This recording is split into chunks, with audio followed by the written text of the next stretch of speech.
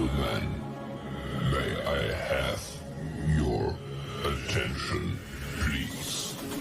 The show starts in 10, 9, 8, 7, 6, 5, 4, 3, 2, 1, go. Let's get ready to rumble!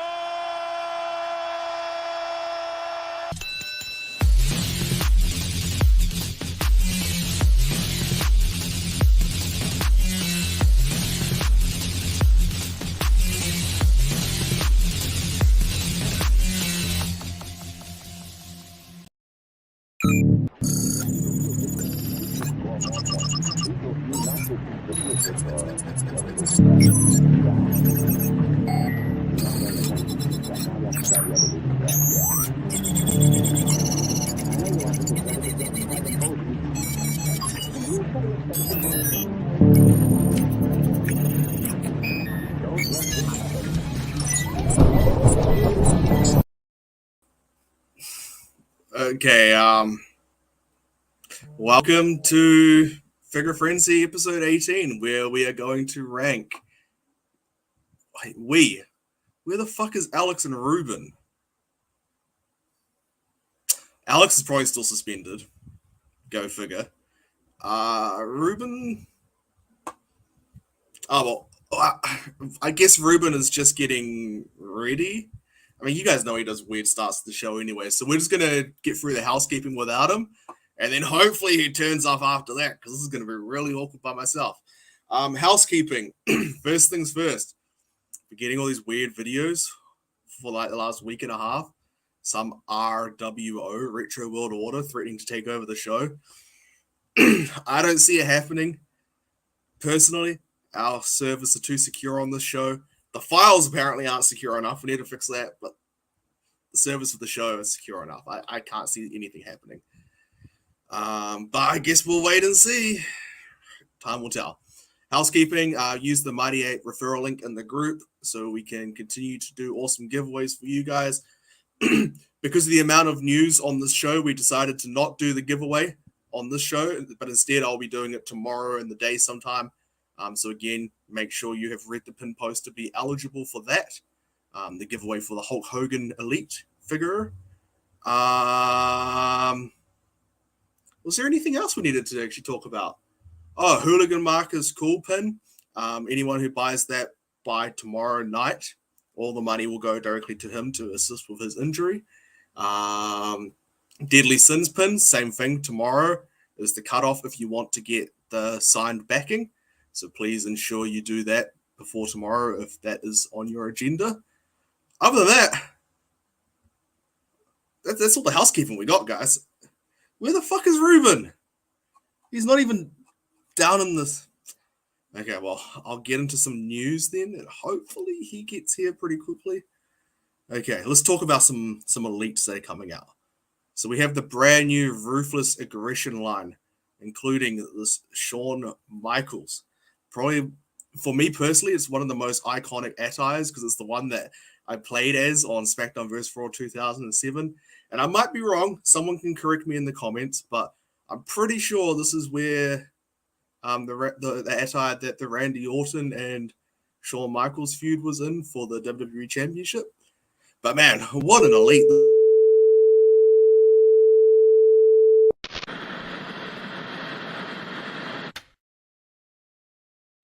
The following announcement has been paid for by the Retro World Order.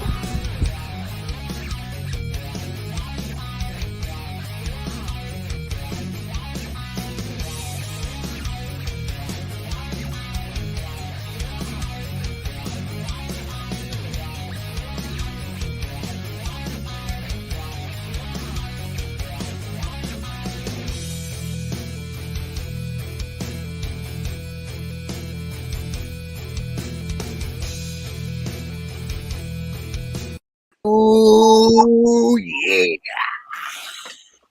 It was us, Matt. It was us all along. RWO in the house, baby.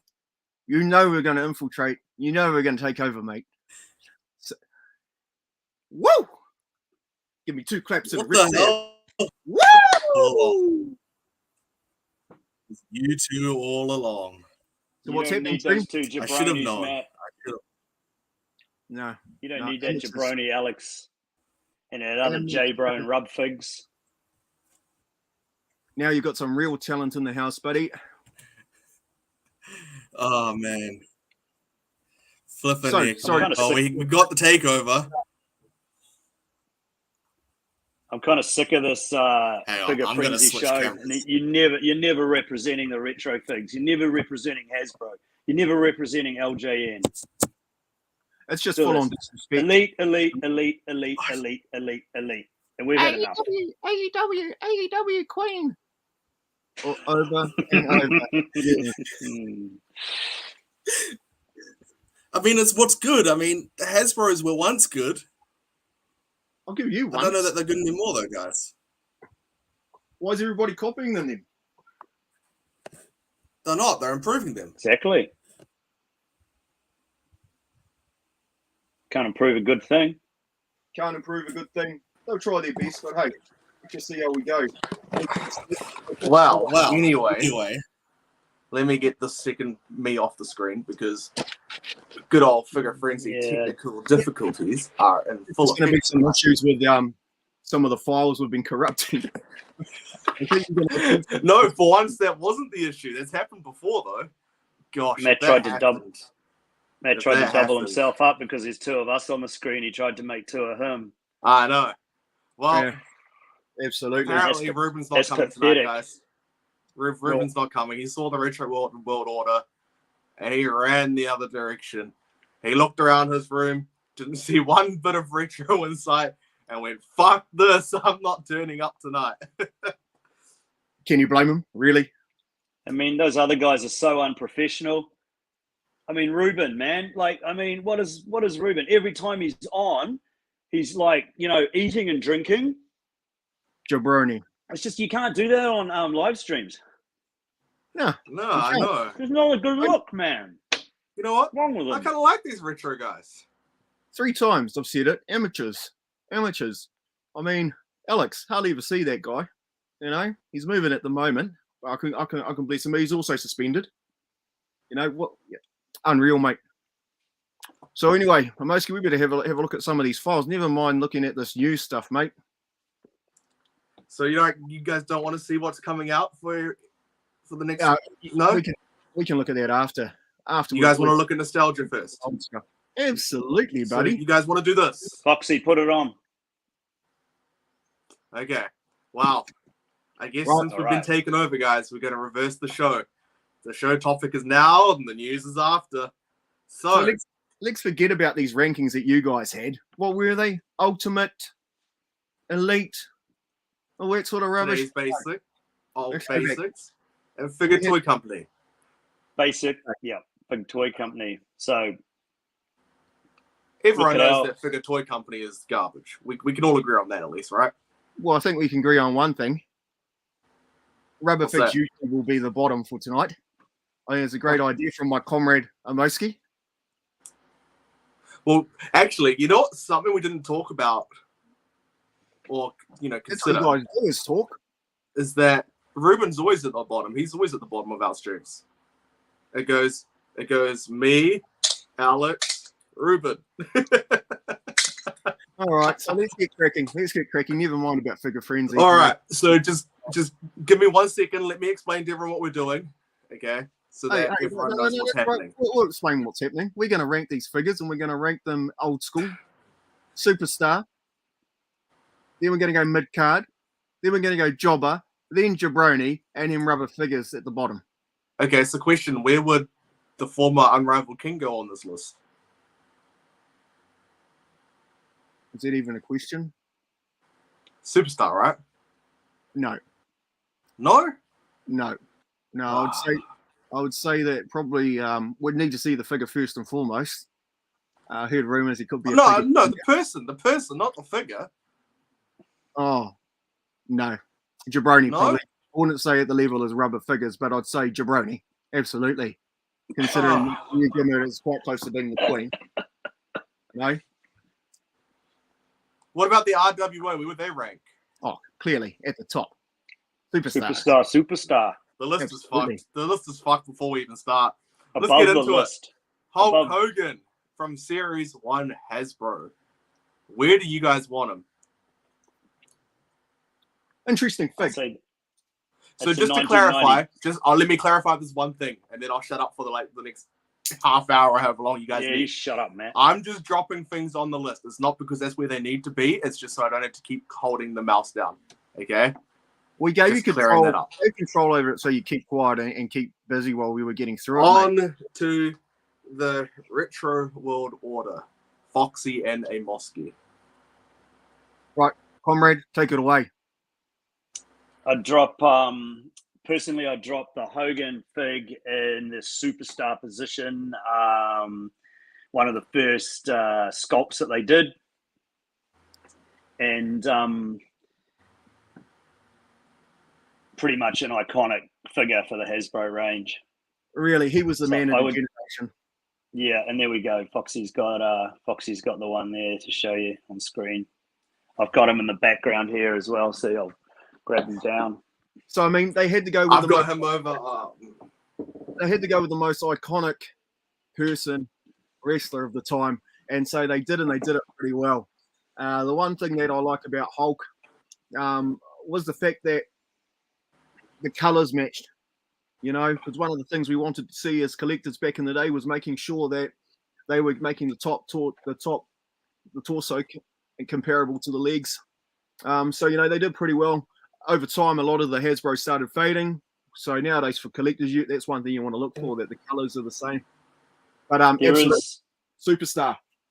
there is actually a almost a fluorescent trunk and boot variant of that Hogan as well.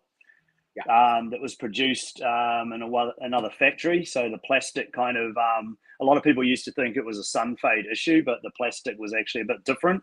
So you'll still find that there's the shirt's like a paint application, and then Right. there was the it's like fluorescent trunks, fluorescent boots. Also, the prototype version showed the Hulk print on the T-shirt very different than the production version. So there's a tidbit of information there about that. There we go. How many And fluorescents? also, that Series 1 Hogan was available as a Silvervision mail away as well.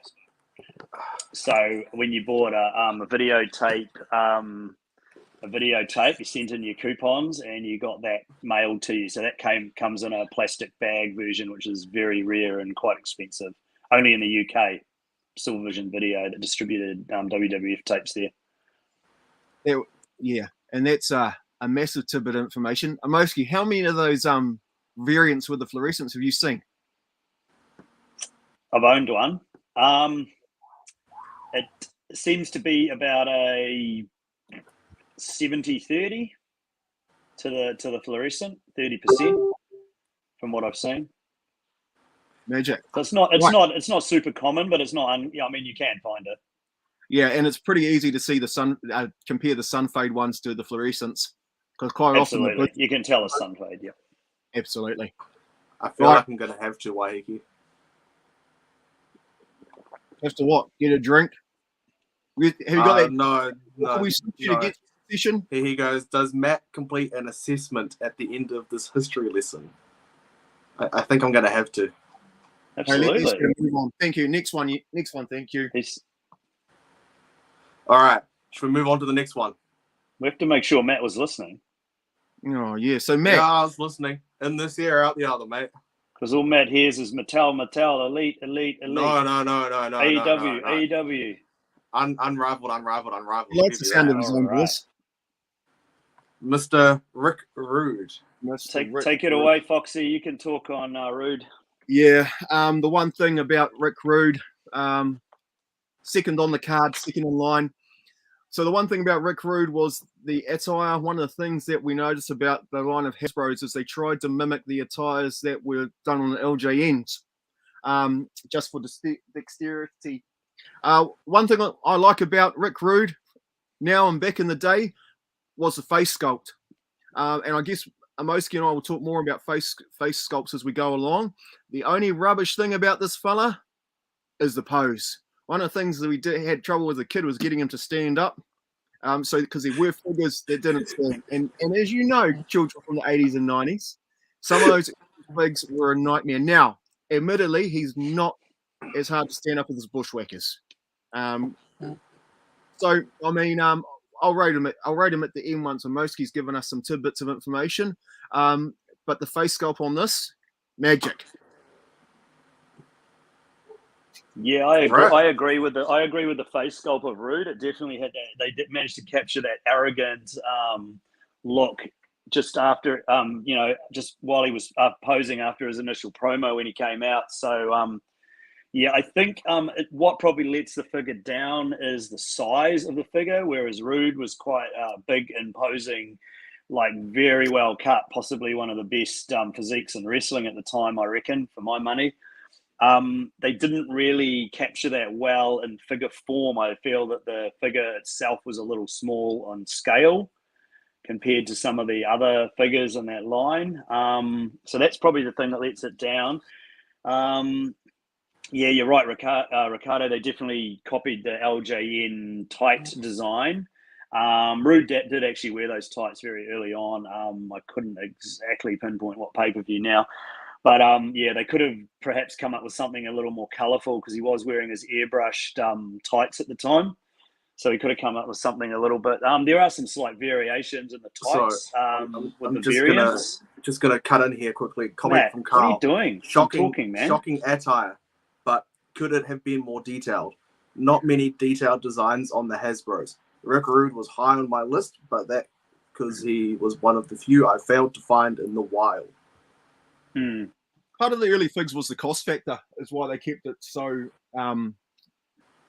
so basic. And plus, they didn't have the same technology they've got nowadays for all those Chella figs, those copycats.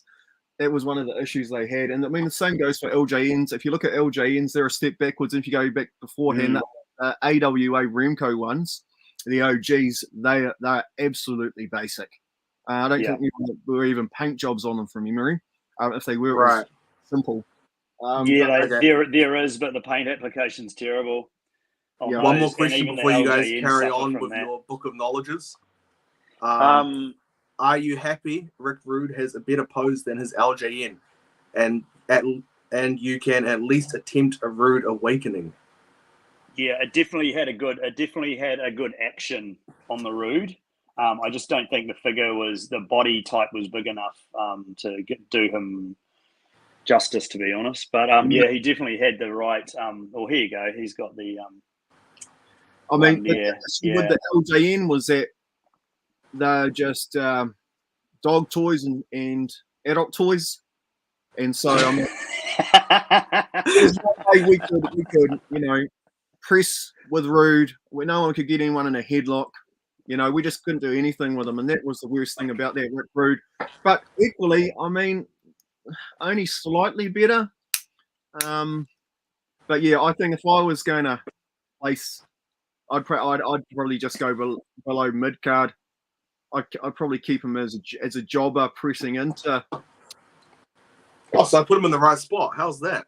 Yeah, I don't know. What do you think? I was thinking jobber. I probably could be virgining on Jabroni, which is very sad for me to say because Rick Rude's one of my favourite heels of all time. But the figure itself we're talking about, not the wrestler. So anyone that I don't want to get heat over calling Rick Rude somewhere in between a jobber and a J-Bro. I mean, but a name like Rick Rude, he sounds like a jobber.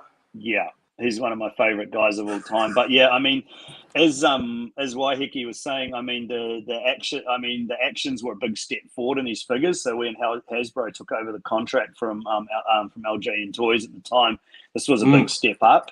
They missed the mark on a few, and I mean you'll see that over the coming months. I mean, hey, any figure line has its flaws.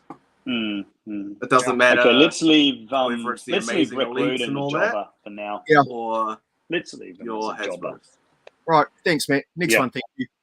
All right, Jake the Snake. JK. Go for it, mate. Jake the Snake. There he is there in all his mint on card glory. That's my personal one, signed by Jake. Oh yeah. That was at Armageddon, right? I didn't get this signed at Armageddon. No, I missed Armageddon that year. I was in Australia, unfortunately. That was one of my my biggest regrets, not meeting Jake, and I probably never will now. But not a problem. Well, let me say this. That's one of my favourite figures, actually. I mean, he came with an accessory, which was Damien, and one of the first ones in that line to come with an accessory. In fact, there's not many Hasbros that actually have an accessory, and the snake was spot on. So he's probably going to get quite a high rating in my book.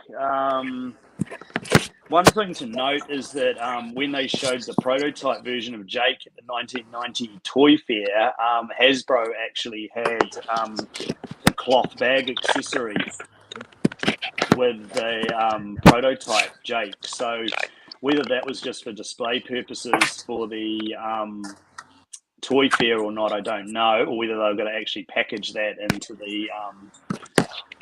the bubble with Jake when they released it. So no one is really too sure about that at this stage. I think if you're only going to have one accessory with Jake the Snake, it has to be the snake.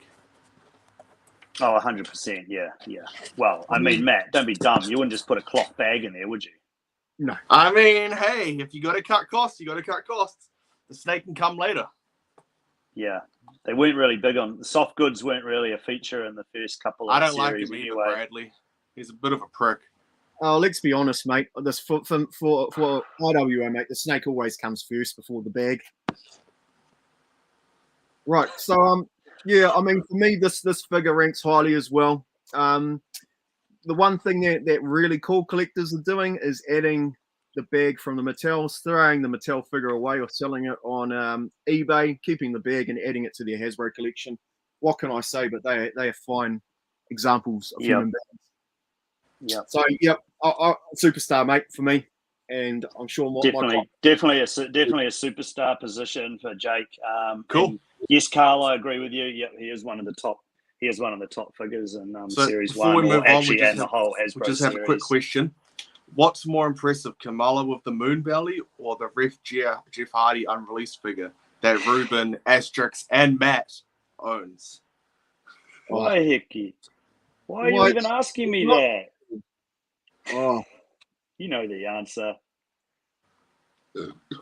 Jeff Hardy. All right, moving on. Who's next? Who we got next? Can I just add a short little tidbit of information to the Jake before you rudely interrupt me, Matt Rhodes? Come on, sound like you're winding down. There was quite a lot of different countries that released the Hasbro cards, and a lot of so they were released in Italian, French. They were released in Spanish. Thank you. So Jake the Snake, and also Argentinian cards, the Joxa cards. So Jake the Snake is the only figure in the entire Hasbro range to have a figure out in every different language. None of the other figures got there with that. So he's in a dual language, which is a Canadian release. He's a French. He's the GIG Italian cards. He's the Joxa, and he's also Spanish. Interesting bit of information you got there. Okay, who's next? Axe. Oh wow, Axe. You got to remember the reason they brought out Demolition at the time is because Demolition were hot, and at the time they came out, they were actually hotter than the Legion of Doom, the Road Warriors. So that's why Road Warriors didn't come out till later in the series, because these guys, or Axe and Smash and Crush, were the business. Now, the one thing I thought was the face paint was absolutely phenomenal after the LJNs. Now, you got to remember that Axe was the only one of the Demolition that came out as an LJN. There was Smash was going to be coming out, but they canned the series and Hasbro took over. So comparing, there was no comparison. This was a far superior fig when it came out. The one thing I like about it is the paint job, and that's what sold this for me as a kid.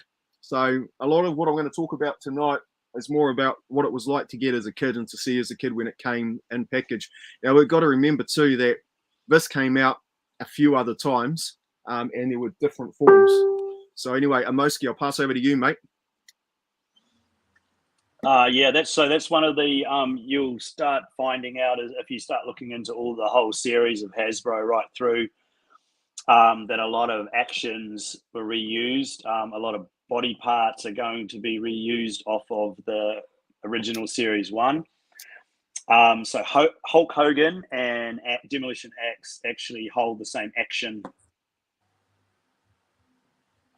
They don't have the same body sculpt, but it's the same mechanical action inside. Yeah. So originally what they were going to do with the action on Axe is they were going to use the prototype drawing, show the clothesline action, which was given to Crush eventually in the tag pack that was released later. And Axe actually was on his way out of the WWF at the time due to injury and age, which is why they started to bring Crush in with Axe and Smash in the tag team matches. Yeah, and phase out Axe. The big part of the molding was significantly more expensive back in the day. So Mattel, Hasbro, Renko, LJN, original San Francisco, they couldn't afford in the early days to have a different mold each time they did a figure. And so they tried to use as many parts as they could repetitively, and that's why if they were making a new mold, they were thinking, how many different figures can we make with this one piece? Correct, and that was quick question. Go for it. Quick question. You mentioned before that Axe and Hogan have the same action. I got that correct, right? Yep. So, and you continue to mention that they have completely different bodies. How does that work? Because you're saying that they have got the same stuff to keep costs down, etc., etc. I would have thought that the insides would have been made specifically for different actions, so to speak. No, what we were referring to though, Matt, is that the original when they made Series 1, that wasn't an apparent. It wasn't apparent that they were going to reuse parts. Sure, it just happened later. Okay. Because of obviously, so they didn't have to resculpt, remold. So the remember, size of the back in the day, body it wasn't didn't just always reflect what the action was going to be. Well, I mean, as you can see, they reused Rick Rude's action and body for, as you'll find out later on, Ric Flair, and also the 1, 2, 3 Kid in the last series are all the same body. Yeah, and actually that body's suitable for 1, 2, 3 Kid. But obviously, I don't think it's that suitable for Rick Rude. But see, that's what I mean. They already had those parts. And you'll find when we actually get to cover the Green Card series later on, probably much, much later on, you'll find... See you in 4 years. Yeah, in about 5 years' time. They will... you'll see you'll see how they've actually reused a lot of parts, apart from head sculpts in that last series. Because they had to make... because they had to actually do physical prototype sculpts, like start off with a wax and then proceed through to a resin and all of that. It's not like how they do it now where they've got the... do it all digitally and then print it Yeah, off. they do it all digitally and the then... mock-up images there, and then they basically go straight into test shot and then production. Test shots when they test out the plastics, injection molding and all of that, and that's how you I've never seen one of those in person. No. And you shouldn't either, because they're destroyed at the factory, so nobody has those. Yeah, no, nobody. No one has any test shots. You will find that figure pound for pound replicated on a Green Card. Yep, you're right. We'll save that for another day. Well, right, Nick. All right. Nick, okay, we need to put Axe into a test slot here. No, Matt. What are you doing? What are you doing? I slipped. Oh, clearly you did. I would like to put X into the superstar spot personally. Yep, agreed. Well, from a non-Hasbro collector, I would tend to agree with you just because you think of a figure that's on the shelf, you see that, you're going to want it no matter who the heck it actually is. Yeah, absolutely. And also, I think for playability, that action is one of the better actions because you So, can pop a figure on it up there and just boom and smash flick them there too? and slam them down. So it is a great action, that one, along with the Hogan. We're going to just put Smash there too? Yeah. Yeah, he's got a I don't know. I actually know we need to talk briefly about Smash. You've just put Smash up, right? Okay, before we do, just a couple of things while we're on X. Or a couple of questions that have come in. I was glad you could have X and Smash in Hasbro compared to LJN. Yeah. I was on hiatus when this Ricardo lad came on board. Seems to know his stuff. Nah, he's actually got Google up right now and he's quickly searching everything. Is the Crush Demolition mold the same as the Kona Crush mold? That question probably needs answering next time, to be honest. And you have an objection in the comments. Not on the superstar level, one level down, but I can read the levels on. I can't read the levels on mobile. So go superstar, Carl mid-card. superstar, mid-card, jobber, jabroni, rubfigs. Yeah. Yeah. So Carl's saying that Smash should be in the mid-card level, one down from superstar. Smash. Yeah, I was just going to point something. So we got Smash up next, right? Yeah. The one thing that was rubbish about this figure, again, face paint on point, awesome that like the Kahi Waihiki was saying, awesome that we could get them in Hasbro. The one thing that was a massive issue was the playability with this figure. All you get was a bit of an uppercut, but still, yeah, that was a one step less than what X was. Did you just throw that behind your shoulder? Oh, it's a spear. I've got plenty of them. Come on, mate. Plus it Retro World Order, man. I know, we ain't here to muck around, mate. Cheers, all. Cheers. Flippin' heck. You must be rich. But yeah, I guess the thing is, like, Axe can be at the end of Superstar so that he is on that borderline of mid-card and Superstar. Right, thanks, Matt. What's the next one? I told you, Smash. Oh, I think we can. We're still doing Smash, Foxy. Are we? All right. Oh, we got. You're jumping the gun, mate. Okay, I'm gonna tend to probably go with Carl on that one, as he probably needs to drop to mid card a little bit below. I might reshuffle the categories at the end. Not X, you dick. Smash. Hey, Smash. you'll get above or below? Man, he doesn't even know anything. This I don't guy. even see the difference. Hard to get good help, right? Above or below? Above. Smash mid card. Mid card. Don't even think about putting him as a That's jobber. where it was.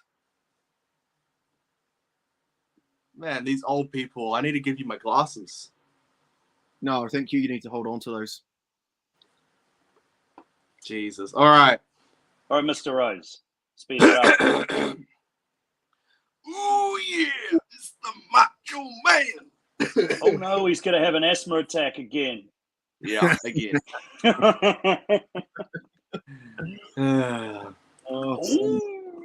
I tried. Just give me that at least.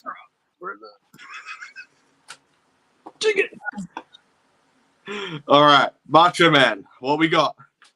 Hey guys, Wow. Whoever's watching, feel free, drop comments in. When we Yeah. kind of wind Tell us. down their book of knowledges, then I'll throw the comments at them. Please feel free to drop your opinions on the screen, and I won't even give a shit about them. So just do it. What a Because you'll get my opinion whether you ask for it or not. Oh no, we've got more watches than what you guys normally get together, so that's a start. Don't know about that one. Okay, Macho Man Randy Savage. I'll say a little bit about this figure first. When I was administrator for a big overseas wrestling collector group, Dub Figs. We did a similar style voting with the members thing for each Hasbro series as it went, and then at the end we did a main vote for the best Hasbro out of all the series, and this figure won unanimously. This Macho Man figure won. So a lot of people rate this as the best Hasbro. And I'm talking when on Dub Figs has got a lot of members. We had like thousands and thousands of votes. It was hundreds of thousands for Macho Man. So I would tend to put him in the superstar tier. One big bugbear I have with this figure is he's got the wrist tape and the hand and the tape around his fingers, and it's not painted. They for some reason they did not do the paint application on this. That is one of the biggest problems I have. But I think the figure is an excellent representation of Macho Man. Even in the body sculpt, you can see like around the neck, you know, the neck muscles, which looks exactly like Macho Man. He's got the classic orange tights with the 3 stars. He's got the headband. He's got the shades, which are as cool as Foxy's. I mean, you can't beat that, you know? Fun fact, though, that Macho Man, those legs are the ones that I gave to QT Marshall. And I believe the arms as well. Yeah, I noticed that on your custom. And you used a hacksaw body, right? No. It wasn't a hacksaw body? No, it was a Rick Martel. Ah, Rick Martel. Yeah. Okay. Because I mean, QT, you know, he's built, but he's not massive. So you needed something that wasn't too muscular, but something that also wasn't tiny. You'll definitely find a reuse of those legs elsewhere too on the Hasbro range. No doubt. Yeah. No doubt. The one thing that they missed an opportunity with this fig was to bring out a belt. You know, by this time Savage had already held 2 belts when they bought him out, and so they missed an opportunity. But again, it came down to the cost. But then the crazy thing was they brought out $1 Million Man that we'll talk about shortly with the belt and his MDM. But the tidbit of information I'll give about that is shortly. Wait, we're going to talk about Alex soon? No, come on, mate. Can we get the RWO's best Macho Man impersonation? Foxy, you go first. I'm eating a bagel. There's only one that I know, mate. Not it's like Ruben never left the show. I wasn't a fan of Macho Man. I'll throw that out right now. The way you know, through to Miss Elizabeth back in the day, that gorgeous, wonderful manager of his. But it's about as good as I can do. But I know the Kaihana Waiheke has a pretty Mickey impersonation of I have heard Waiheke's impersonation of Macho Man, and it's very impressive. So I'm going to have a go. We need him it to may not drop be a as quick good video as in the group of the main impression. man's Macho Man impression, but I'll give it a go, and I'll try not to have an asthma attack afterwards like my man Matt Rhodes there. What a jabroni. Just happens, mate. Tandy, son of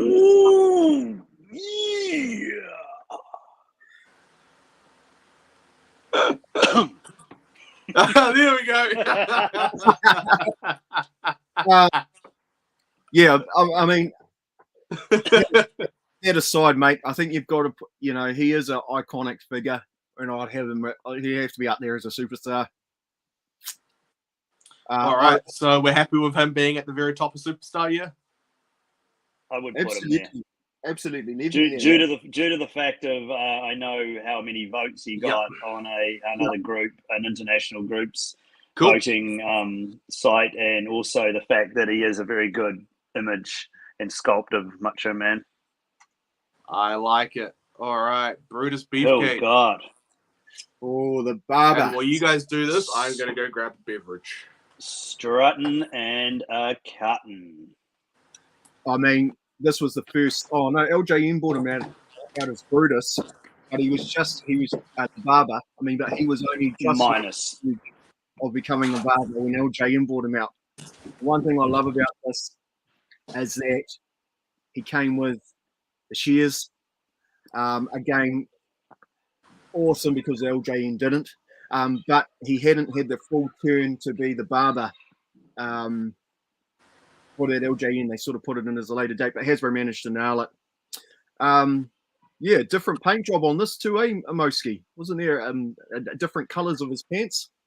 Yeah, I think you find a lot of variation with the purple coloring. I mean, they had the same thing with LJN. A lot of those purples, like with the Heart Foundation and that, a lot of those purples will be pink and purple, and the Macho Man tights on the LJN.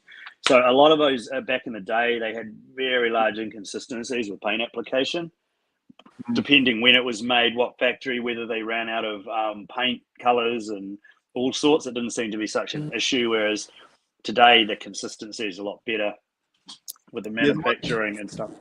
The one thing I used to notice, and I still one thing that gets me today, you get these new collectors coming in, and they think that if it's a color change, they think it's a variant. See, for an old school collector, I wouldn't call a paint color a variant. I call that an error. No, I agree. It's very contentious, that, isn't it? I mean, it's I think it's a variant in certain circumstances. I think when it's when it's supposed to be a variant, if you've got a different design or something of paint, obviously. But I think sometimes, like even as we spoke about the Hogan before with the fluorescent yellow, that's just a plastic molding issue. Not so much of a variant. But I mean, if enough are produced, it can become a variant. Whereas I think if a very few come out like that, then it probably is an error. Like there are errors in the Hasbro range. Like there's a few common ones. Well, not so common, but a few well-known ones are like Razor Ramon without a beard or a moustache and things like that. They've missed. It's basically a paint application they've missed. So that's definitely not a variant, but an error. So that's the difference. I think that. Oh no, that's right. Give us some tidbits, mate. Oh no! So what I was going to say is, just to elaborate on what you were saying before, Foxy, is that yes, this is the first time he came out as Brutus the Barber Beefcake. The LJN was the Brutus Beefcake when he was more of the, I guess, a stripper persona, which is how they brought him out when he was in the Dream Team with Greg the Hammer Valentine. So this was going into his first solo run. So starting from WrestleMania 3 when he came out and shaved Adrian Adonis's hair. So this is when that's what started the whole barber gimmick. So yeah, to get the red barber shears was amazing with this figure. Now, I believe these are the tights he wore at WrestleMania 4.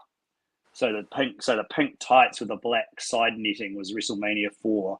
So that puts it in around the right era for the release of this figure in 1990. What do you think, Foxy, as far as where this figure should be placed on the tier? I've got a few issues with it, so I'll let you go first, and then I'll explain what I think is the problem. Yeah, so some of the issues for me around this figure was that at the time as a kid, he wasn't popular. I mean, he was just coming. He just started the singles run. That was an issue for me back in the day. I didn't own this figure as a kid. When he became popular a little bit later on, that was when I tried to find him. I guess the one thing for me as a figure is that these things here broke bloody easily. So you'll find a lot of shears that aren't intact. They were made of hard plastic as opposed to Damien, who was made of rubber. So that was an issue. One of the other issues I had too is that playability as a kid wasn't that great. I mean, with the mechanism, he had no ability to turn the head. So that was an issue for me. Amos, go for it, mate. What I don't like, I am not a huge fan, like many people, of the jumpers. So unfortunately, this is not the best Brutus the Barber Beefcake in the Hasbro line. No. There's another one coming up out of in another series, which we'll be dealing with in probably 6 months' time. So I think that this jumper beefcake would probably slip down into a jabroni category for me. Yeah, and I'd have to agree with that because the Brutus they brought out in the later series was far better. And we've got that with hindsight in mind, and I'd have to put it down there as well, mate. Good on So you. just adding in Carl's comment, he should be a jobber purely because that lad on Trade Me can't sell his Brutus Barber beefcake. He can't give them away. No, that yeah, I know the one on Trade Me he's talking about as well. Yeah, and sometimes Right. they're overpriced, right? A few comments just before we continue on.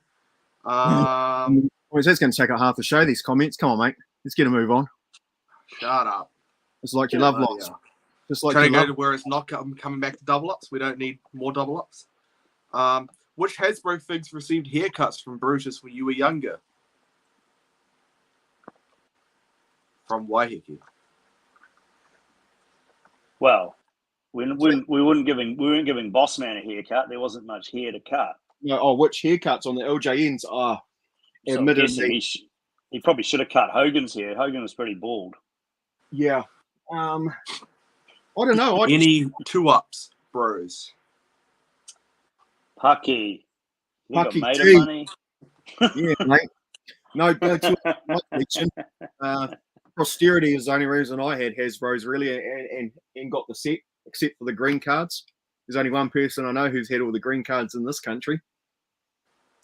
Who's that? Oh, that would be I'll tell you who, baby. You had the Yeah. straight face for a minute.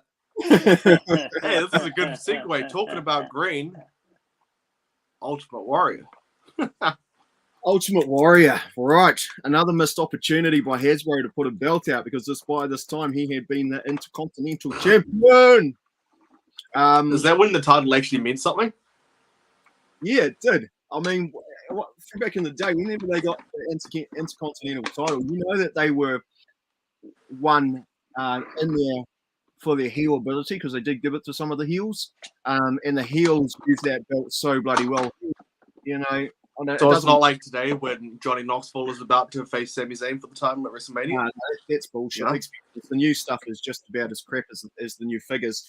But the one thing again, you know, this Warrior, I don't know about you, Amoski, but this Warrior,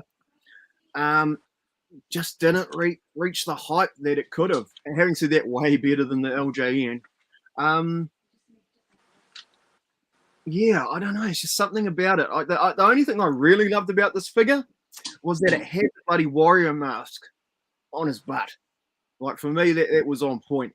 Because the one thing I wanted to see, like with the LJNs, particularly with the Strike Force, is on Tito Santana, they had an opportunity to get a really nice clear decal on his pants with the Ariba, and they didn't do it.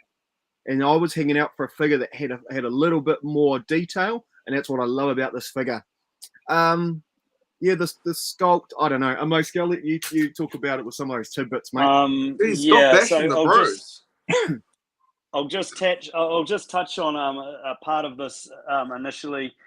So when he was sculpted, the very early sculpts and prototypes were to show that this was to be an intercontinental belt around his waist. Hence why the sculpt on the body part above his tights has a rather belt-like looking bit sculpted into it. So that was supposed to be the intercontinental belt. But by that time, he had won the big gold. So He won the Winged Eagle, yeah, at WrestleMania. Sorry, the Winged Eagle. I shouldn't call that one the big gold. That's not the big gold at all. But yeah, he'd won the WWF. Jeez, don't confuse us young people. No, Yeah, he'd won it at WrestleMania, so they couldn't do it. So I mean, that was the one consistent thing about the Hasbro's was not having the titles. because I think if you got to compare it to another at the same time, the WCW figs, they all came out with a belt, and that was their collectability, and why a lot of the particularly in the UK, a lot of the Galoos was they sold a shitload of them because of those belts. Kids wanted a belt with their figure so they could change who the champion was, even though it had WCW on it. They could go interchange and pretend whatever they want to be. Because remember, they left it up to kids' imaginations, not to adult collectors. Can I just say that that some of the very early releases of that particular Ultimate Warrior on card actually had that he was an Intercontinental Champion on the bio, and that bio later changed to the World Wrestling Heavyweight Champion. So initially they did. So I don't know why they decided, even though they went without the belt sculpt. Now there is a pre-production version of this that a friend of mine, Mark Bushy, had at one point, which I think now Matt Cardona owns. And there is, so it's a pre-production.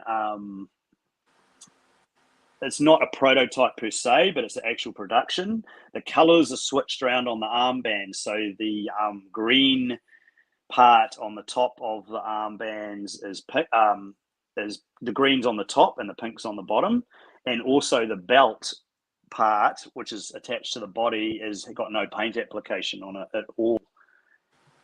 So that's one of those little anomalies that comes out of the production line initially when they're testing it out to see how it would look.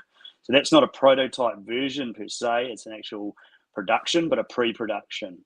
So why they switched the paint colors around, and that is unbeknownst to me. But so that came out like that. So, man, we're learning so much tonight. Anyway, I think you need to create like a test sheet for everyone, and every person who dropped a comment then has to actually go through and do this test, because we're learning so much that I feel like we should be doing an exam on this. Thanks, Dream. Right, we need to rank this figure. Well, if anyone's listening, man, I just clicked. just soak in the. We're fucking schooling you. We're old schooling you. So Bro, soak it up, my guys. head hurts. Soak it up. My head hurts. Well, it wouldn't haven't take learned much this to fill up since that like pea primary brain of school. yours, would it? You see the smoke coming out the ears? Doesn't take much information to fill your brain. It doesn't take much burger to fill your Matt's guts happy either. with a chicken burger, fries, and a bourbon and Coke. That's his best day Ever. Oh, fuck's sakes. All right, where are we putting Warrior? So, I gotta put him in Jabroni. Sorry, because the jumpers don't do it for me, man. There were too many things wrong with the figure.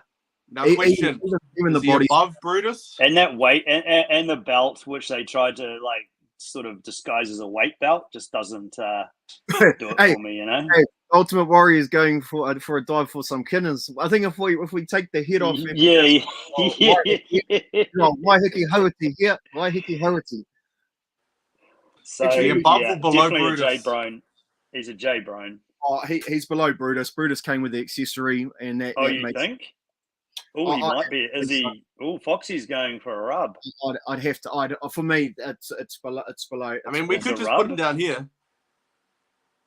Okay, I'm going to go with Foxy on this one. He's a rub figs on YouTube. Oh no, I'd keep him below. Oh, like if you've got them in a line, are we doing them in line in order too? Yeah. Yeah, so I'd keep him as. So what I'm meaning is he here on the jabroni list? Oh, like, is he here? He's on the rub figs. Or is he here? You want to put him on rub figs? Yeah. Yeah. We got to have rub figs. Someone on rub figs. Rub figs on YouTube. Yeah. Okay. Yeah. Everybody go see rub figs on YouTube to see what we're talking about. You guys will all understand. And then you'll find out why that figure's down there. The guy's just got. I mean, he's just got walls and walls of elites. I mean, what's wrong with him? You know. I don't understand.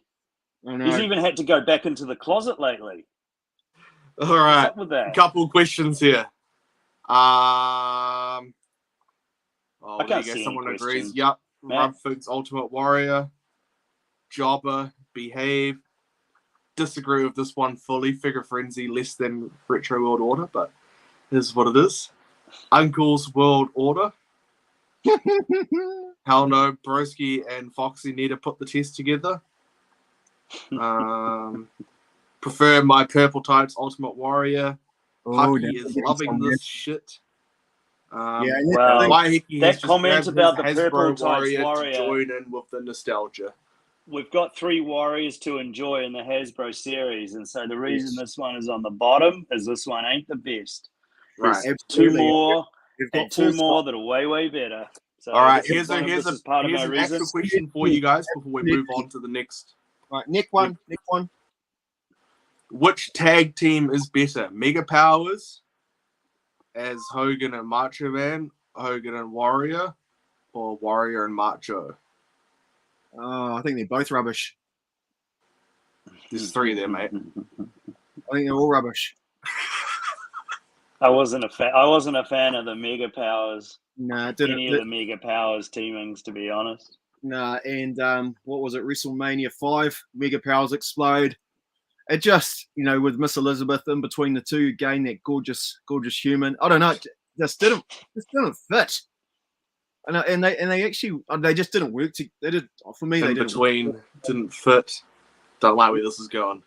And I think the thing was their gimmick. I mean, anything with Hogan as a tag team, up until for me he became part of the New World Order, just never worked because he was too much of an individual star. And to try and for another wrestler to try and eclipse who Hogan was, just was never going to happen. Even though I thought Hogan was a jabroni for taking the belt off the Iron Sheik, So I don't know. That's me personally. Iron Sheik Andre was the Giant. definitely making him humble. The Iron Sheik even had a bigger heart on for Hogan than Foxy does for Elizabeth. Oh yeah, absolutely. If you just Andre the Giant, if you search where's for that he on going? YouTube, you'll see what I'm talking about. God rest his soul. Andre the Giant. Okay, let's move on. Captain, Where's he going? who we got? Andre the Giant. Oh, Andre. Wow. Okay. Oh. Do you want me to start on this one, Fox? Go for it, my man. Give us those tidbits to start. Okay. Now, I love this. Oh, you want a tidbit to start with? Oh, absolutely. I love those titty bits. Okay, so like the initial prototype version of Andre actually had a different action, and the action he was released with in the advertisements. He had a sort of a twisting action to his movement of the upper body rather than the jolt, the sort of forward headbutt or body slam or whatever they called that action, which is shared with another figure in the series also, the action, not the sculpt, but the action. But I mean, this, in my opinion, is an iconic figure.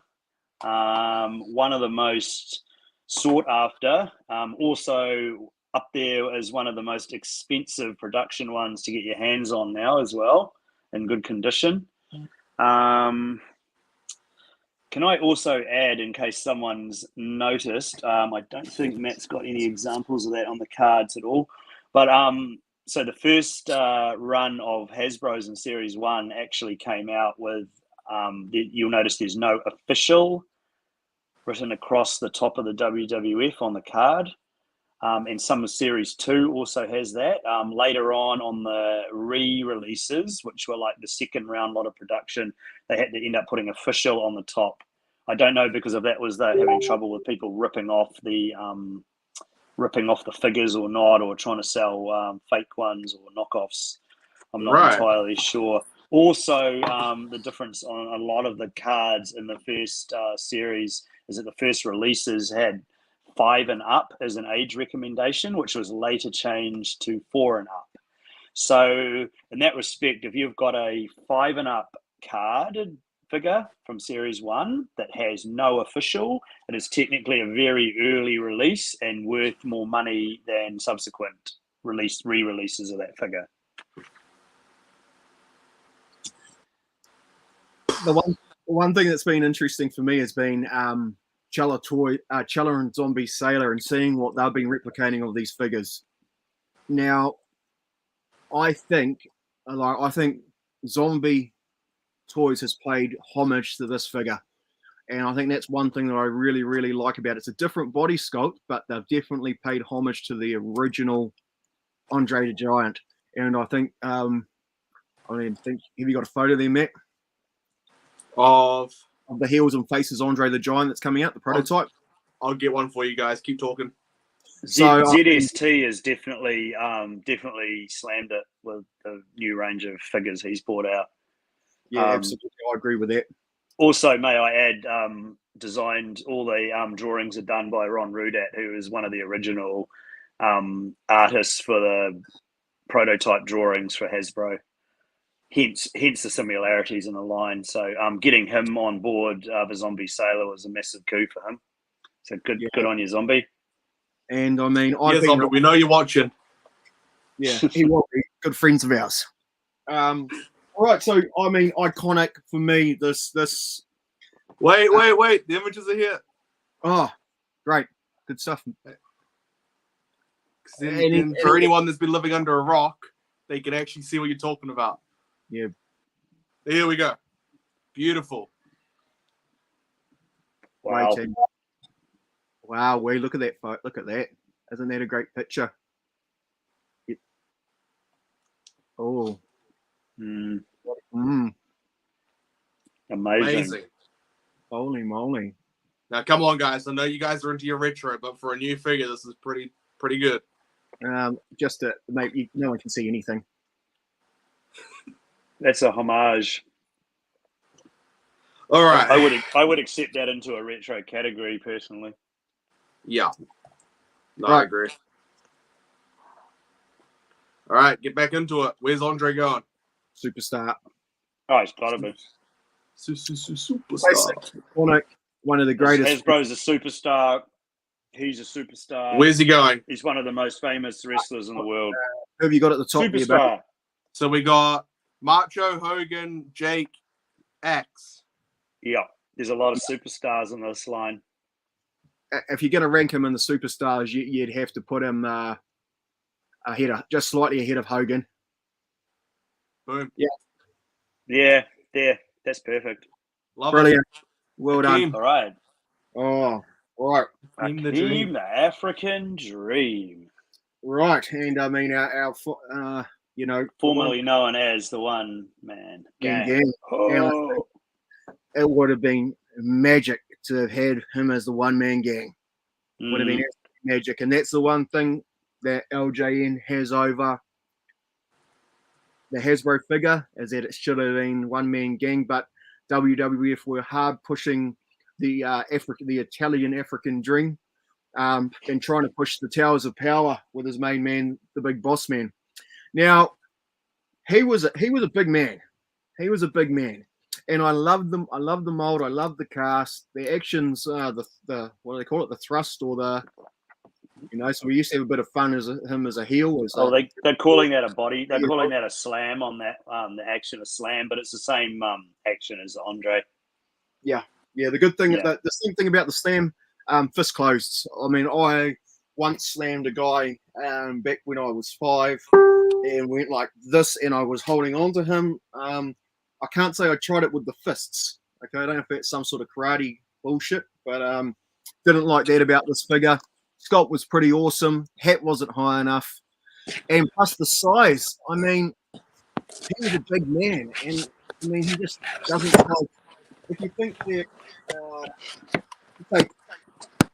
take X. There was a considerable size difference between those guys, and you wouldn't know it by looking at these figures.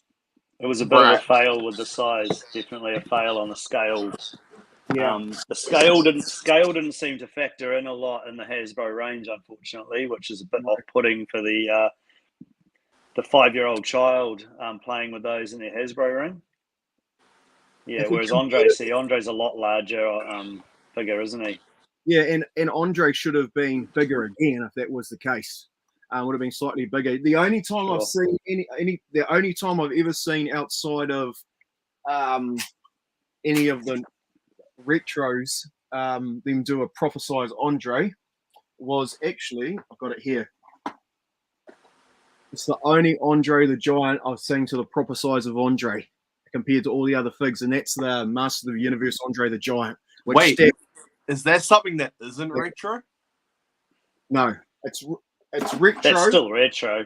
It's still But retro. it came out in 2021 or Still 2022. Master of the Universe came out in 1981, but we're not That here. figure came out recent. You're a fraud. It's influenced by retro Yeah, you know, design, and its soul. It's retro. yeah, everything about that series is retro. That's why they're calling they've called it superstars, because superstars don't really exist nowadays like they did back in our day. Not a thing. Yeah, The only yeah. problem I have with this Akeem is when I watched him mainly on TV, he had a blue smock on. Yeah. When he came out. So technically, the top that he's wearing in this is actually his smock. You can see on the card there, it actually matches. He has got a yellow smock on the card, so that is okay. That does match the figure, but mainly he was wearing a blue smock, and he had a yellow. He did his suit.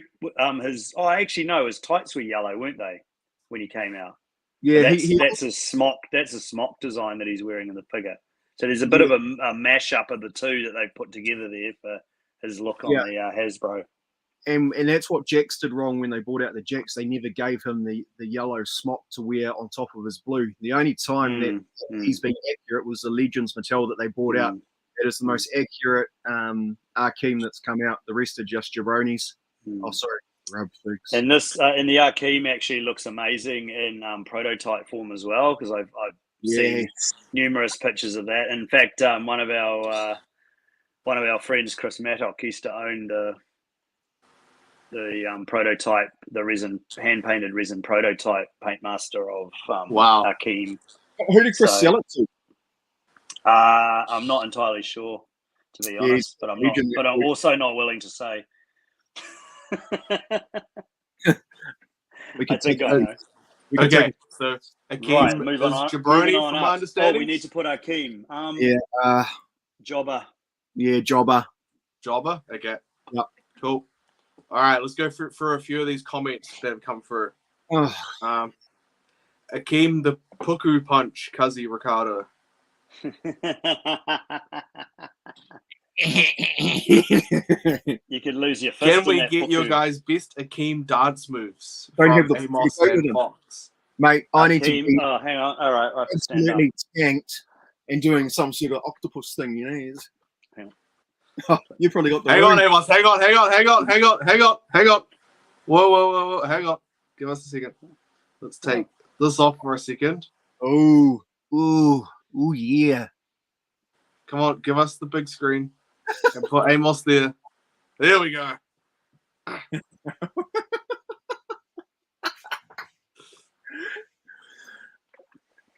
Beautiful.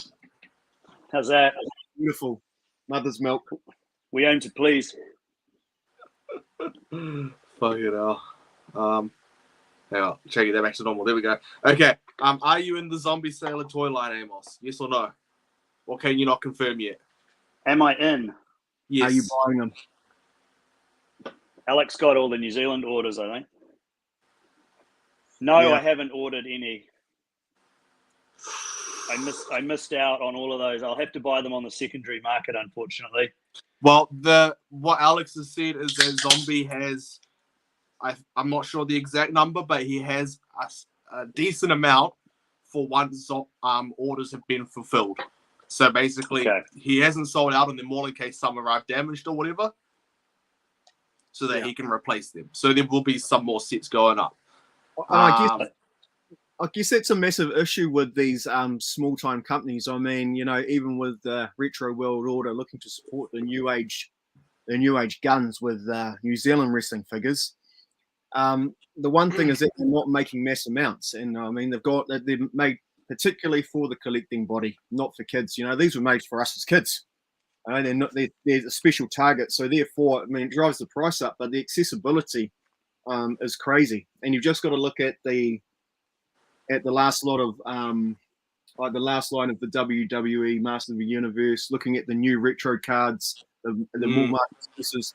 they're just becoming harder and harder to find. And for us in New Zealand, we're at the arse end of the world at the moment when it comes to collecting figures. You know, we've got to have those hookups in the States to get any of the retro wrestler stuff that we want that's new. Sure.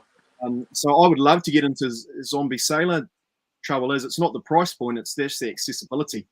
And that's where Cardona and all those fellas have made all their money. Because, you know, it's just a massive, for me, as an original collector, it looks like just a massive money grab. The stuff they started off with was awesome. And then it just, whatever they can market seems to be coming out. For me, that's sorry, no thank you. But Zombie Sailor, if I could get this stuff, mate, and it was reasonably accessible. Zombie, if you're watching, send some down here. Does Andre look better in the single strap black color or the single strap blue color tights? I think it was around the Colossal Connection. I remember the slight difference. Correct, it was the Colossal Connection. For me, Waiheke, I'm a black strap Andre guy. Yep, Matt, you'd love a black strap too, wouldn't you? Whatever I can get, mate. Yeah, Fox is really shooting. I did like the blue. I did like the blue strip. I think it looked good. It looked good on him. I didn't like the long back black trunks that he had. But again, for Andre, it's that iconic black one strap. I mean, so occasionally. you guys are aware that Zombie Sailor one is blue strap Andre, right? Absolutely. Yeah, cool.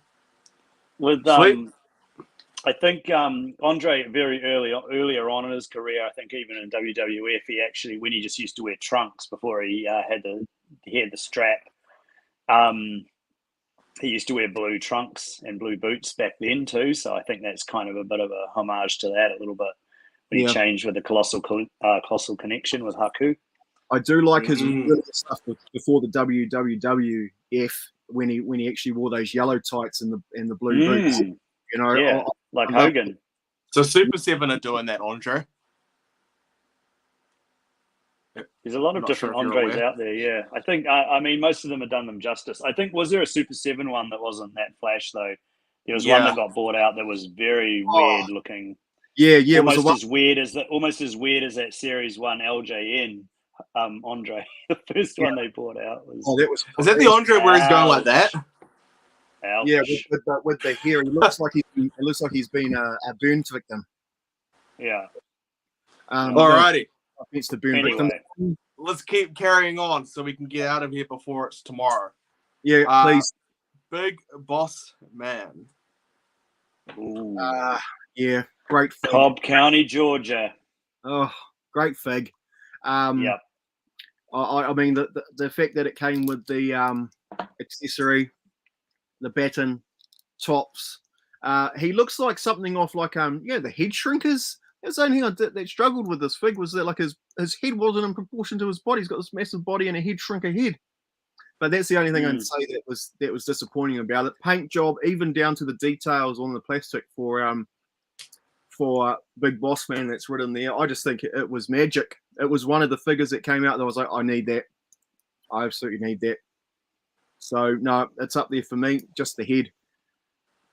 It's 100% one of my favorite ones also. And I agree with Ricardo, as a standalone display piece, mint on card like it is, or a loose display piece, it looks great. The detail's amazing. The paint application's amazing. Yes, the head thing is an issue if you line it up against some of the other figs scale-wise. Like I said, Hasbro was very hit and miss on their scale, which was a bit of a problem. But as a standalone figure like that, it is, amazing. The paint application, I mean, you can even read that it says Big Boss Man on the pocket. He's got the star. He's got the shoulders. The only thing is they failed to paint his arms.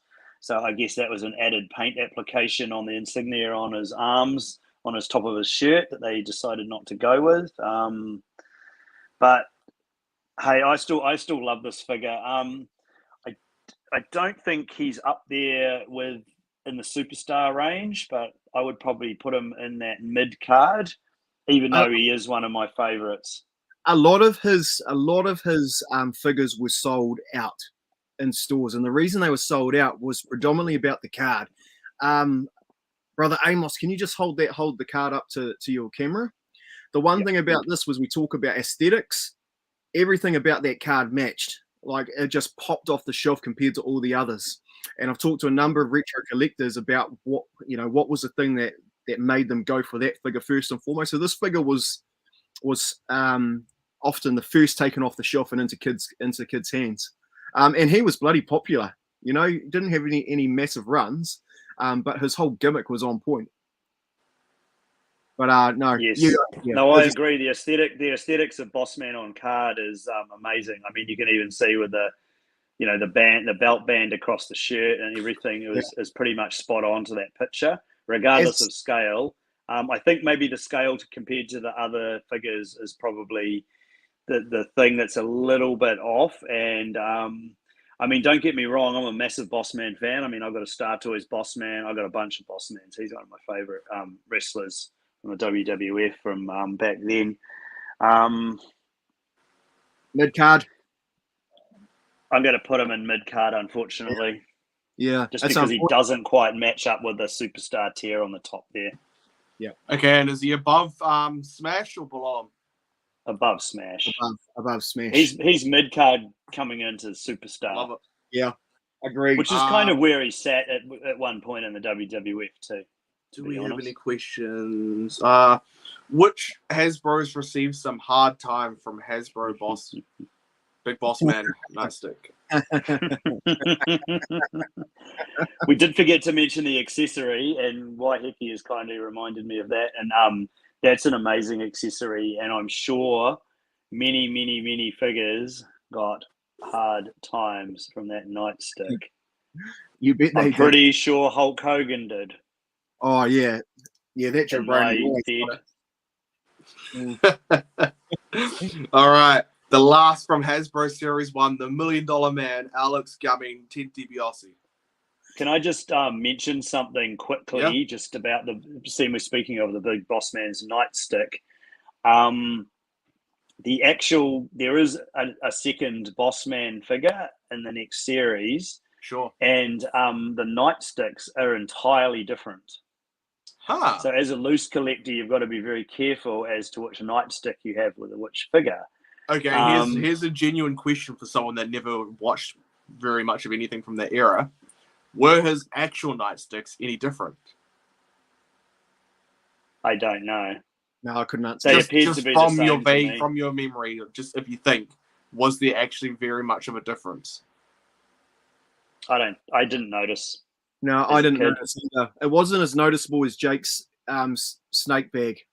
Different snakes. Because to me, if you're going to make a difference on the nightstick, it would have to be a significant change, right? Yeah, I don't remember. Interesting. That's a good question, but Jake definitely changed his bags. I knew that you could see it a mile away because he just had a drawstring bag and he changed it to a wraparound. Yeah, there were a number of changes that were noticeable because very observant.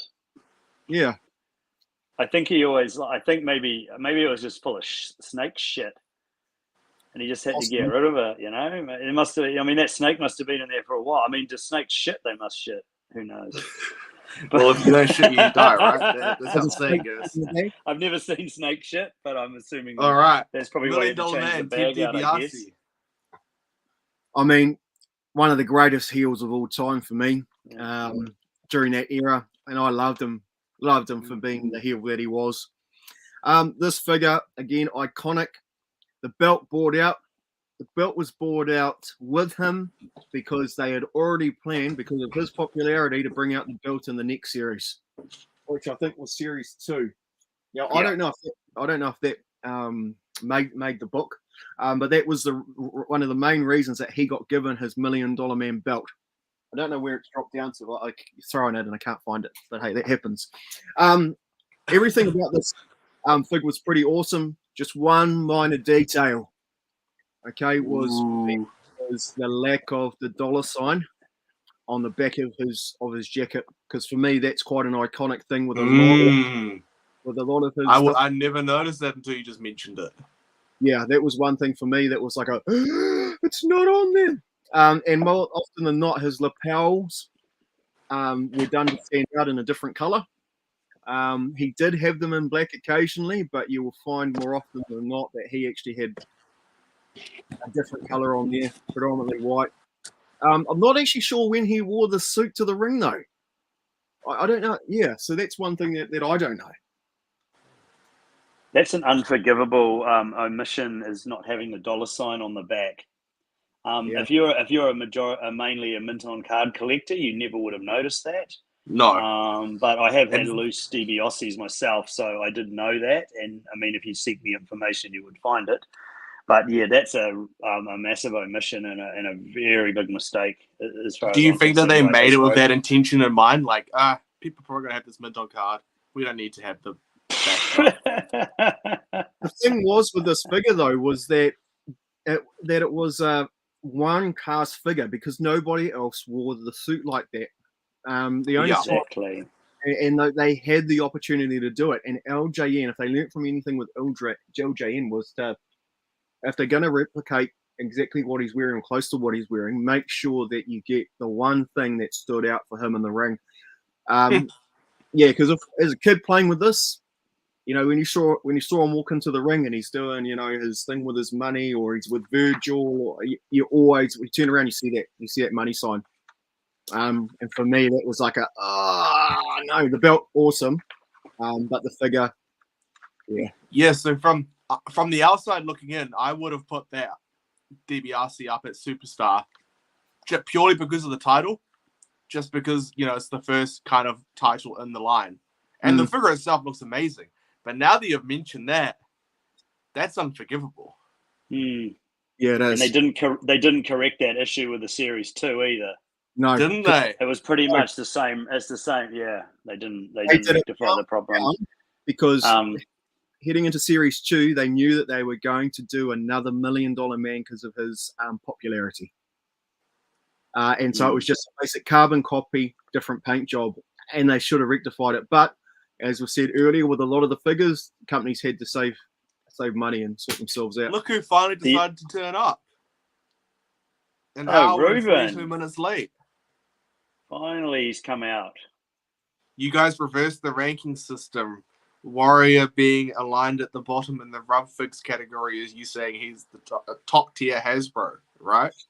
Right, let's move along. What's Oh, Ruben, you're so delusional. Can I just drop one little bit of knowledge on you folks? Drop it like it's hot. Both of the $1 Million Man straps were different. So the $1 Million belt in the Series 1 $1 Million Man had 6 notches, and the Series 2 had 9. Do we know why they did that? They would have changed it up because the belt would have been a tight fit. My man. Wow. And from the one I used to have, it was damn tight to get it on. Yeah, I can't fit mine on it. Just saying. On the Series 1, I'm talking, Yeah. Yeah. But that's another thing collectors have to watch out for too, is that people saw the green one with the one less notch. Yeah. Yeah. So you got to get that right, as well as the Bossman's nightstick. All right, Matt. Honestly, Ruben, you've only just tuned in. You've missed an hour of just pure knowledge. Like, we thought you knew your shit about elites. Man, these guys with retros. See, I got a problem with this guy, this Rub Figs guy. I mean, first of all, he doesn't even show up to help you out, Matt. And then you've got to get us guys in at short notice. And then he turns up an hour late. I didn't ask you to come here. You just turned up and took over. To put a little, yeah. Well, I mean, Ruben pops in and puts a little jabroni comment up halfway through.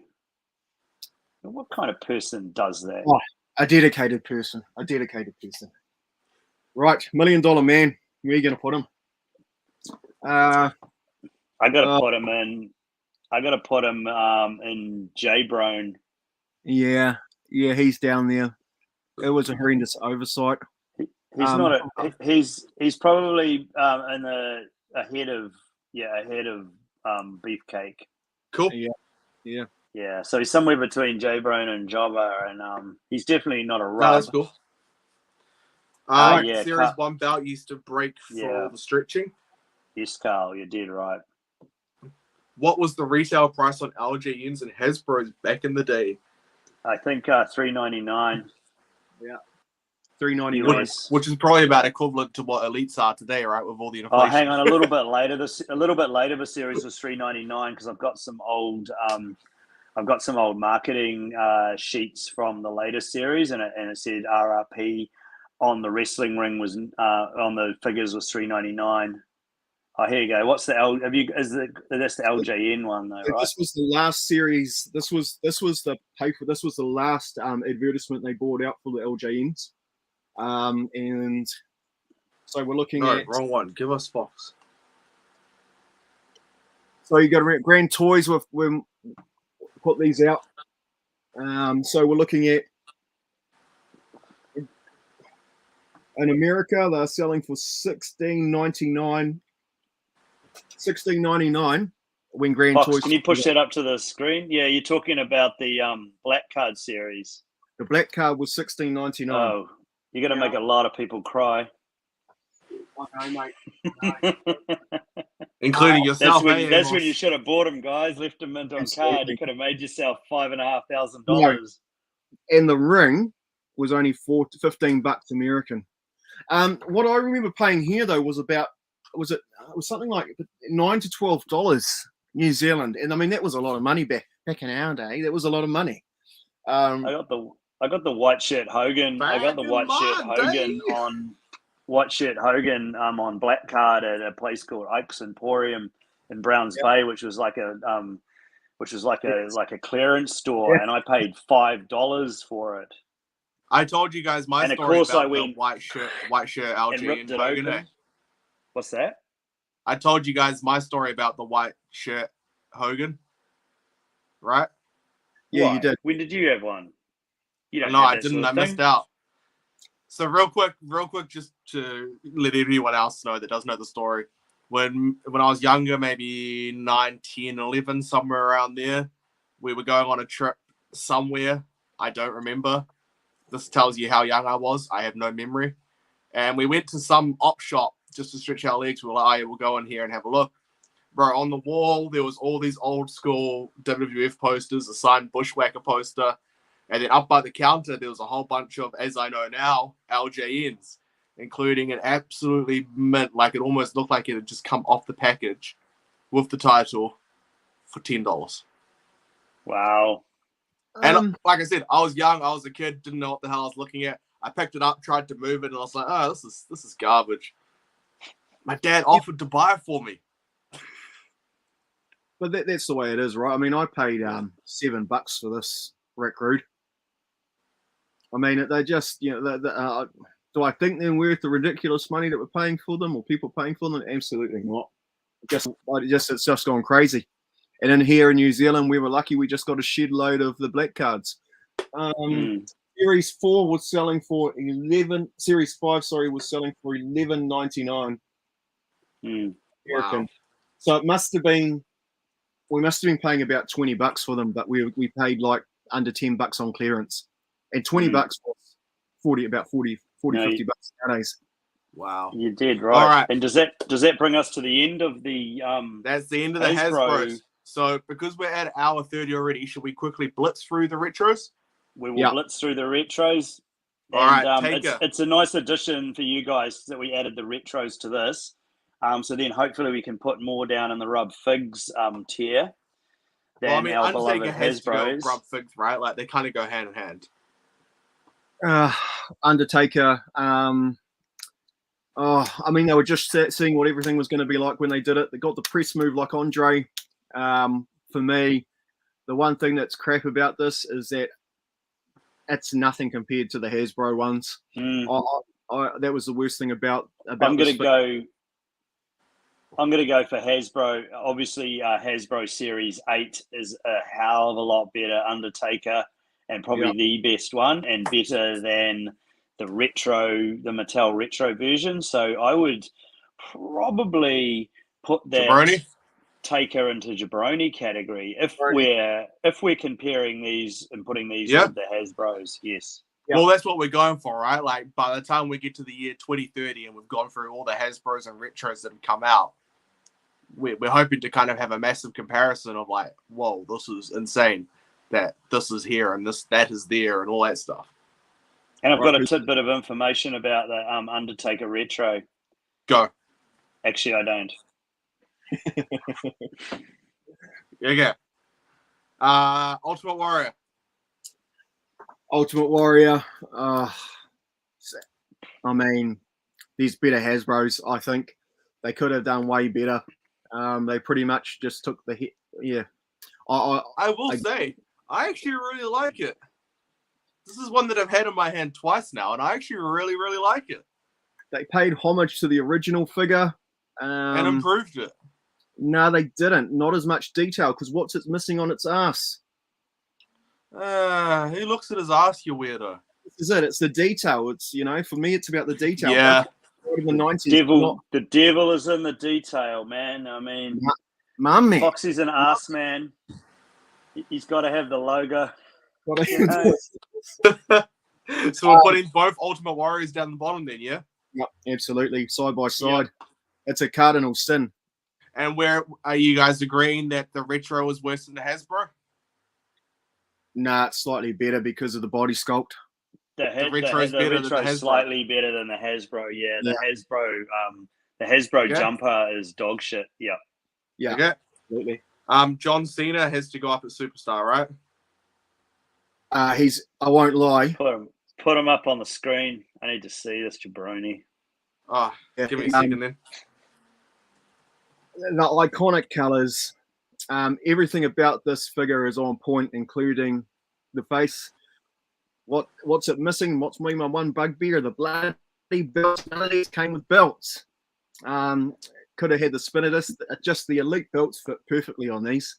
But yeah, I'm still. Oh, could you imagine if these came with titles? Oh my god. Yeah, we're looking at would have been money on what some of them. The line might not have actually died. No. I think the marketing was pretty poor too. Very accessory light. The other images as well. That's fine. Very accessory light. No. Of the other figures, the other retros. But put them again, up. Why not? The detail. I mean, John Cena. Everything's merged. He's got "You Can't See Me" or he's got all the slogans. The wristbands don't have it. So for me, that drops it down to a mid card from what could have possibly been a superstar figure. Are we okay with the black jorts too, or? I feel like it's accurate.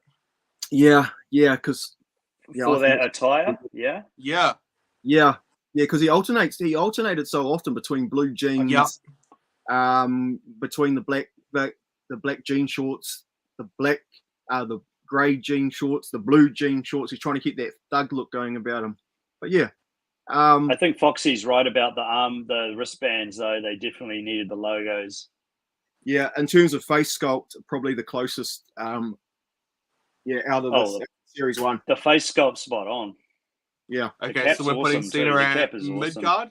Mid card, mate. Yeah, mid card. And then my question, hang on, my question is he above any of these two? Definitely not. In my book. No, he's not. He's not. It's the devil's in the detail, and he doesn't have the same detail, fortunately. Waiheke has just sent me an image, and it confirms that they are the right shorts. Okay, perfect. I wasn't sure about that. I know I did see him in black denim. Yeah, but I couldn't remember whether that was Jan's with that attire. watching because we're going to put Brock Lesnar as the best figure of all time. They got the detail right with this one. The text, everything about it was on point, and even he managed to get the logo on his shorts. Issue with this size. There you go, Brett. Face sculpt. Thank you. That does not look like Brock Lesnar to me. Not even. I mean, there's some likeness there. He looks like Ludwig Borga. I was about to say that Ludwig. It looks like Ludwig Borga green card. Yeah, it's just like, and that's what. Oh, yeah, it's horrible. If you're gonna do the rest, at least get what he looks like in the face, right? And that's what drops that down massively for me. Detail's great, but the head, that's unforgivable, I reckon. releasing. I think he's instantly recognizable for the tattoos. Yeah, and that's what people that's what they're relying on. Yeah. Oh, it's a knife down the front. Oh, it's a yeah. Okay, And the so demon where's on Brock the back, yeah. Where would you put him? I'd be tending to say, to quote Jan Fowles, fuck Brock Lesnar. he is down the bottom. He is rub figs on YouTube. That guy. Oh, really? Yeah, mate, it's horrible. And to be honest, Okay, is he above any of these warriors? to be honest, no love lost. Oh, the lowest. I mean, how can we go against our lovely Jan? I mean, hey, all I'm saying, you put one of those ultimate heads on this Brock, and that is stunning. Yeah, but it's not the actual head. So no, I'm just saying. You look at Brock Lesnar's face. You pop that head off. You pop that head off. Put one of the ultimates on. I mean, stunning. The skin color also. I didn't realize he was so tanned. You know, you can see it in there. Look at the photo of him, and then look at the figure. Like, Edo, he's been spending a bit of time on the beaches of Hawaii. That fella. It depends if he can be bothered tanning that month. Matt, we're not talking about popping heads. We're talking about production, how it came out, man. You know, we're not talking about customizing. No, I'm saying as a side note. Yeah. As a side note, nothing to do with the list. Who go next? Kevin Owens. Which one? Fight. What's he got on his shirt? KO. Okay. Waiheke, we don't have it anymore. KO. Oh, yeah. KO Series 1. I for one like this figure. Yeah, I do too. I think it's a very good representation of him, even the body shape and size and everything. And I mean, it's a pretty basic logo to have to put on a tee. The face sculpt's really good on that one. Not a lot of color, but then that's what Kevin Steen's all about, I guess. And very accurate with the bull tattoo on the arm as well. I don't think they have. Do they have the other? No, because he's got the wrist tape. For me, this is bang on. Like, and is it possibly the only NXT figure in the retro line? He was still in NXT at that stage when it was released. This shirt is from when he debuted against John Cena, but it's also what he wore in NXT, so it can be classed as NXT. So he still was in NXT. Yeah. He was an indie darling when he came in. I mean, when he was as Kevin Steen in the Indies. So yeah, I mean, I rate the man himself very highly, and I also rate that figure. I reckon it's spot on, and definitely a good image of him. Definitely a good sculpt. Nakamura was pretty much. Well, I think he was in NXT. I think he just moved. But Finn Balor was part of the line as well. Was Demon gimmick. Okay, so Kevin Owens. Where's he going? You know what? I'd put him in. I'd definitely put him in mid card. He's got to be mid card at the very least. I think. Yeah. I was going to say he might be superstar. Yeah, I'd have to say superstar because on the end. Yeah, okay, let's put him there. We've got to get a retro in there. Yeah, it's him. Yeah, it is him. It is him. I'm a fan of that figure. It's definitely not going to be the expense of the last one on our list. Right. I cannot, for the life of me, understand why this figure is so damn expensive right now.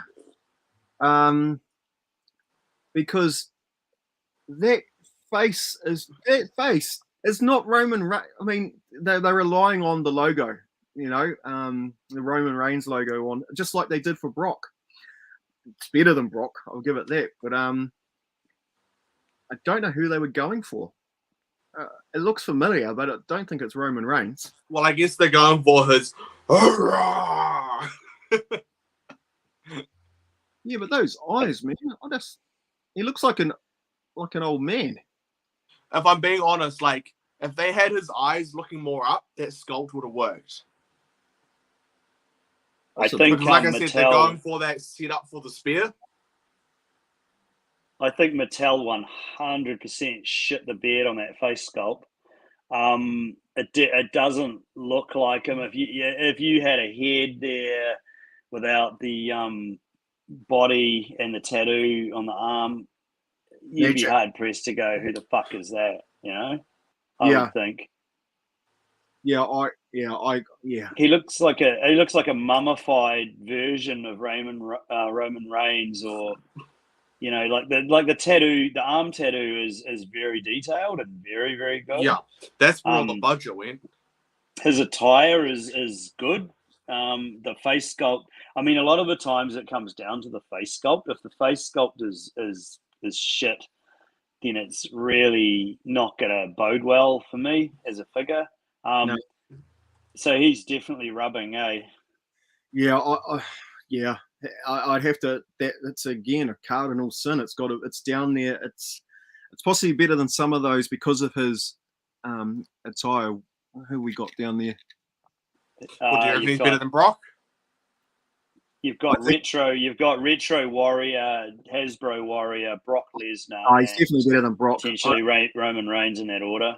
Yeah. He's better than Brock. Yeah, the arm tattoo and the body sculpt is good on him. Cool. So I think the Foxy was mentioning before about the expense of this guy mint on card. I think that it comes down to the card with the Superman punch mentioned as the action because they got into some sort of legal issues with using the word Superman. So therefore, subsequent releases were put out as Super Punch. So I think it's a Superman punch that fetches. I'm not entirely sure. Do they still fetch pretty good money loose? Do they? Yeah, about 80 to Okay.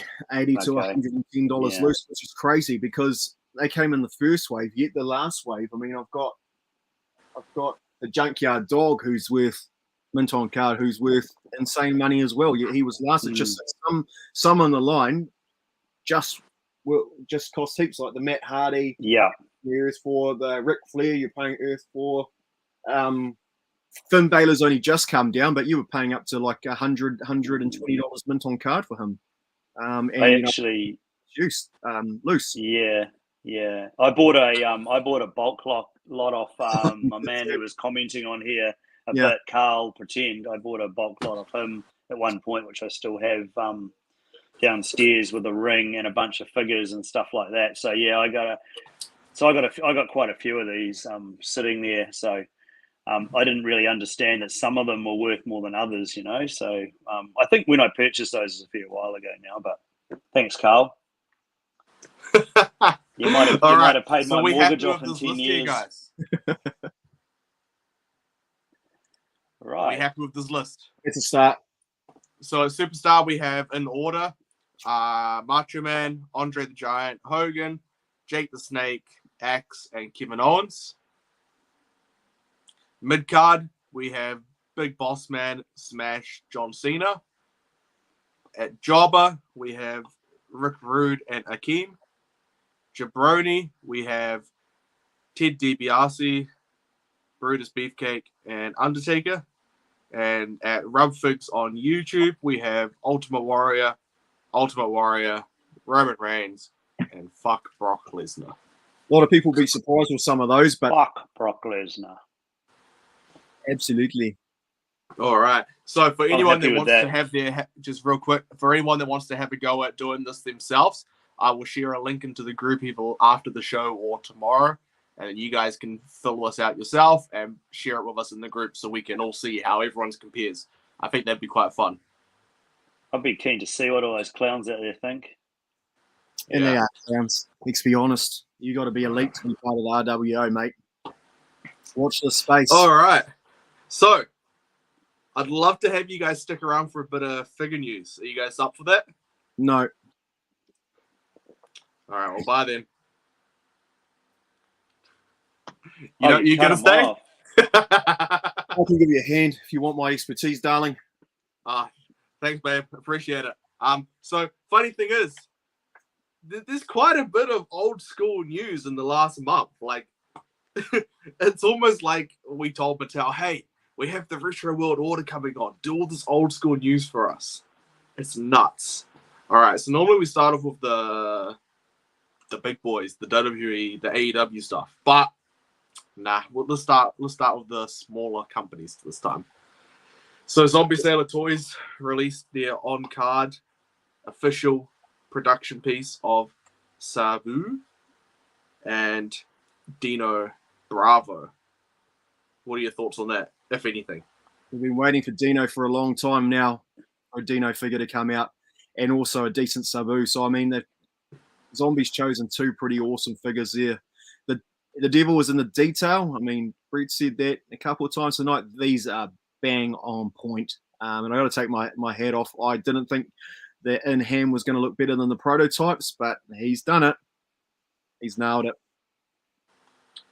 Yes, I'm always a bit skeptical of when I see prototypes, and they are always a lot better than the actual production. But he's managed to follow through on the detail on the production models, and keep it very, very close to the hand painted prototypes that we saw. And yeah, you're right, Ricardo. The inclusion of Dino Bravo in that in the Hasbro scale range is amazing. I mean, it was a crime that he didn't have a figure in the Hasbro range. Yeah, a lot of it did to the way he went out, really. I mean, he had the opportunity to be any one of those old school figures. I mean, in Canada, he was bigger than Hulk Hogan before he moved to the WWF to go and wrestle. But it's just a shame because of the circumstances surrounding his death that we've never really seen any subsequent figures since. So, yeah, no, I think the Zombie, for those that got them here in New Zealand, well done. Yeah. And for those who got them, I think it's only Alex. Am I wrong with thinking that? Next. And the homicidal, genocidal, suicidal Sabu, that also deserves props for the amazing scar detail on the chest. And I have not yet seen the back, or I don't think I have, but I'm assuming it follows through on the back with the scar tissue from his devastating, many devastating barbed wire matches. And one in particular with Terry Funk that I can remember from the ECW days. It was still mind-blowing when I watch it to this day. All right, Amos, you can talk about this one because we were talking off camera. No clue who this is. It escapes me right now. I should have done my research. I should have done my research. Hold on. Let me find. He was on WCW. Though. Does anyone can remember? Talk about this one instead, then, eh? And you Google it. Yes, he was in WCW. I got you. Hold up.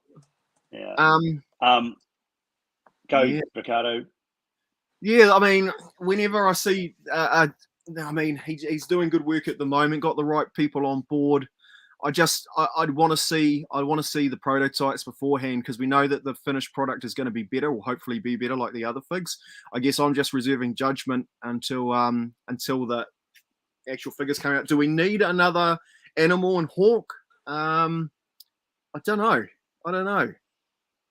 What do you think? The one thing I love about it is the removable shoulder pads.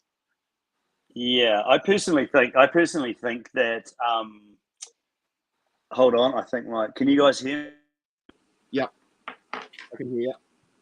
Can you hear me still? Yep. Okay, my headphones just ran out of battery. Yeah, okay, so I think what happened was with Road Warrior Hawk and Animal, that the Hasbro versions were extremely good and it probably didn't need a redo. The only reason is what Ricardo just mentioned is a lot of people's bugbear with the Hasbros is that the shoulder pads didn't come off. So they weren't an accessory. So I'm guessing that is going to please a lot of those people. And hopefully these turn out really well. I mean, if it's anything from Zombie Sailor's previous stuff that we can see from the production, even though I don't think anyone's got them in hand yet, we can see that hopefully the detail on them is excellent. Yeah, absolutely agree with you. Give me 1 second. There's something to add on with what you were just talking about with the accessory. Boom. There you go. So the pads are removable. Spikes, chains, it's all there. The strap. That little Easter egg in there that I like, and because I haven't seen the anything for Animal yet. Road Warrior Hawk shoulder pads because they did wear different shoulder pads. You know, that's one thing that's often been overlooked with the figures. Quite often, save money, they'll give them the same shoulder pads. The shoulder pads were different. Interesting bit of So you information. got to hope for you that there, they come Fox. out with. All right. The name of this lad is Big Bully Busick. Brusick. Oh yes, of course. Yeah, not a very major contender for WCW. Although back in the early days, he was, and yeah, it's a bit of a strange one. Not too sure how well that one will go. His name just escaped me then, but you're right, it is Big Bully Busick. Yeah. I think the one thing about him though, it just seems like it's just an addition to the line because they've got a signature. You know. Yeah. Do you think it's he's maybe just banking that people will keep going for sets rather than individuals? Correct. And he's just like, I can chuck this in here and the set completers will cover the cost of creating this figure. Absolutely. I think I recall a lot of people asking for this in a way. A lot of customizers would do it a couple of years ago. So just one of those guys. I mean, it's normally like, there's almost a figure for everybody. So even sort of the minor players from back in the early days of WCW and that, they kind of did have they need a figure for them, you know. So I guess it'll work in that respect. Well, you got to have jobbers in your Fed, right? Oh, especially the main jobber of all time, the Brooklyn Brawler. Wait, we're quietly anticipating that. All right. On to some amazing. Yeah, agreed. Take it away, Brett. You know more about these than probably both of us. Yeah. So, that's from my a very, very, very, very good friends of mine in Australia. So the Junk Shop Dog Crew. So they make amazing continuation of the Japanese Sofubi figures. Adam and Portia have put like infinite amounts of work into these. When I knew Adam and his partner Portia from back in New Zealand, when I used to live out west in Auckland, I used to go around there, and he was always talking about producing a figure line and things like that. So I'm so glad that these came to fruition.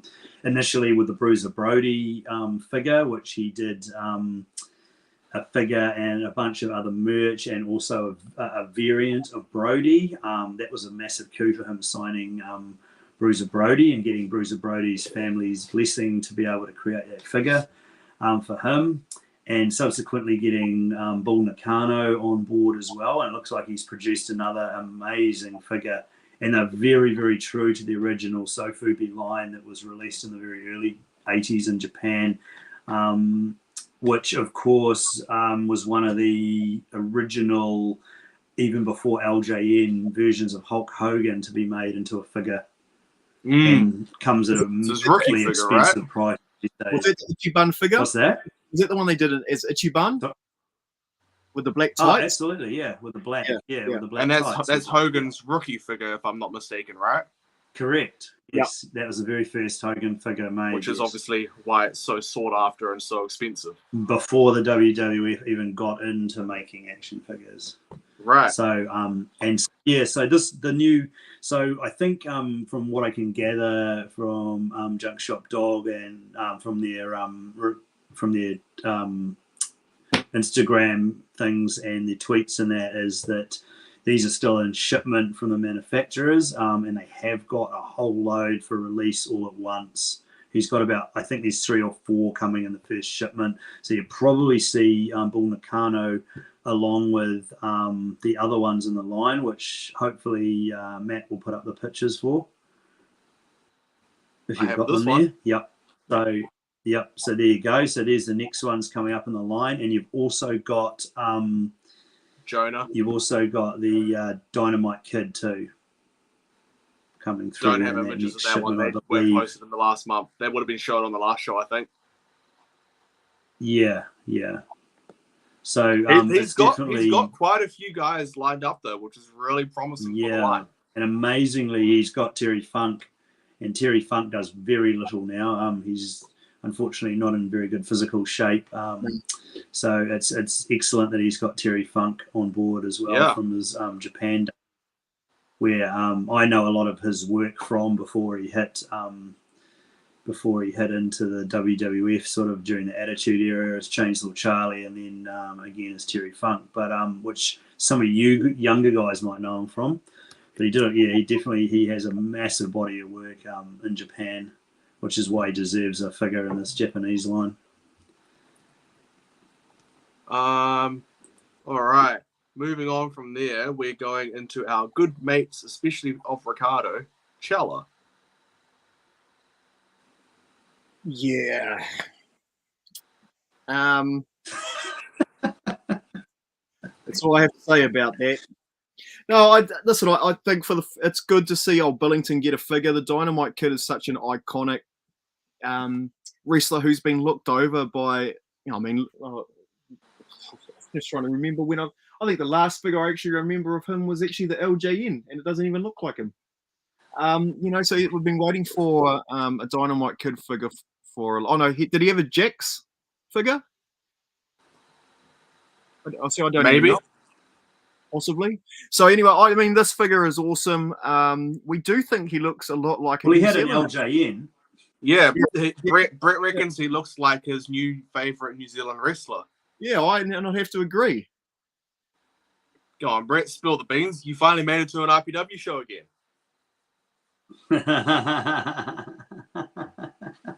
I think this particular image does look a lot like him, but it's just, I think it's the sculpt, the airbrushed image is not particularly sharp. It probably lets it down slightly, to be honest. The Dynamite just for anyone wondering, figure. He reckons that this looks like Willstone.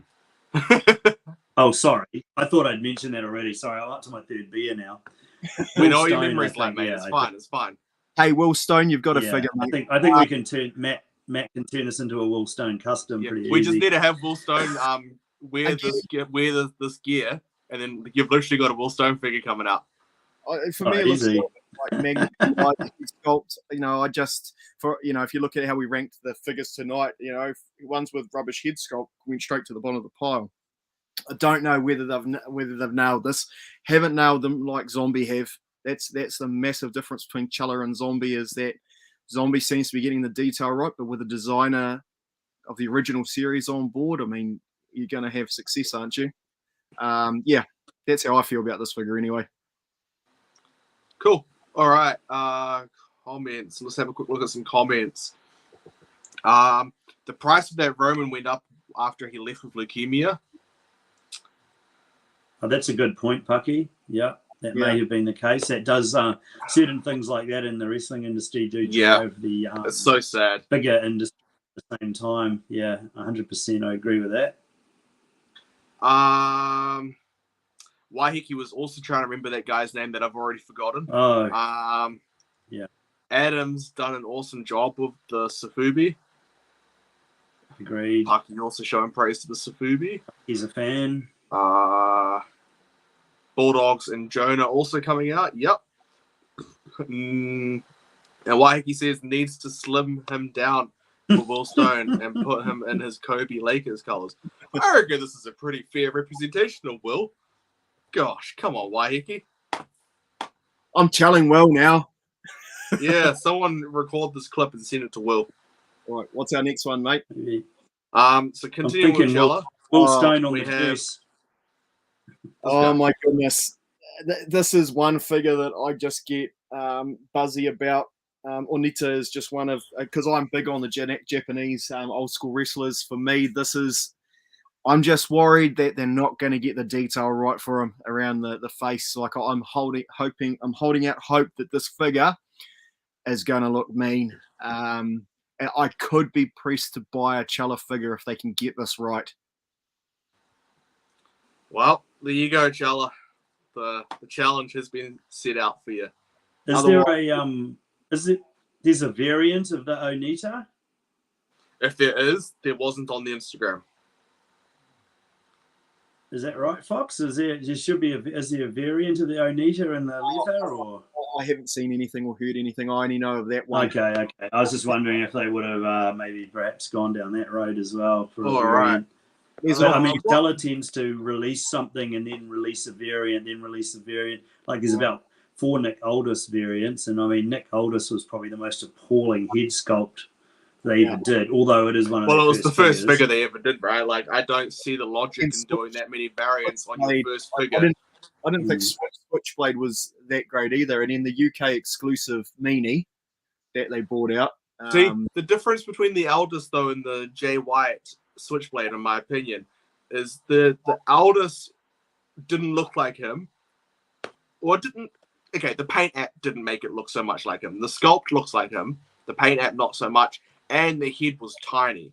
Whereas Switchblade, the paint app wasn't the greatest, but the head was in scale enough where you could look at it and say, okay, that is actually Jay White. You know what I mean?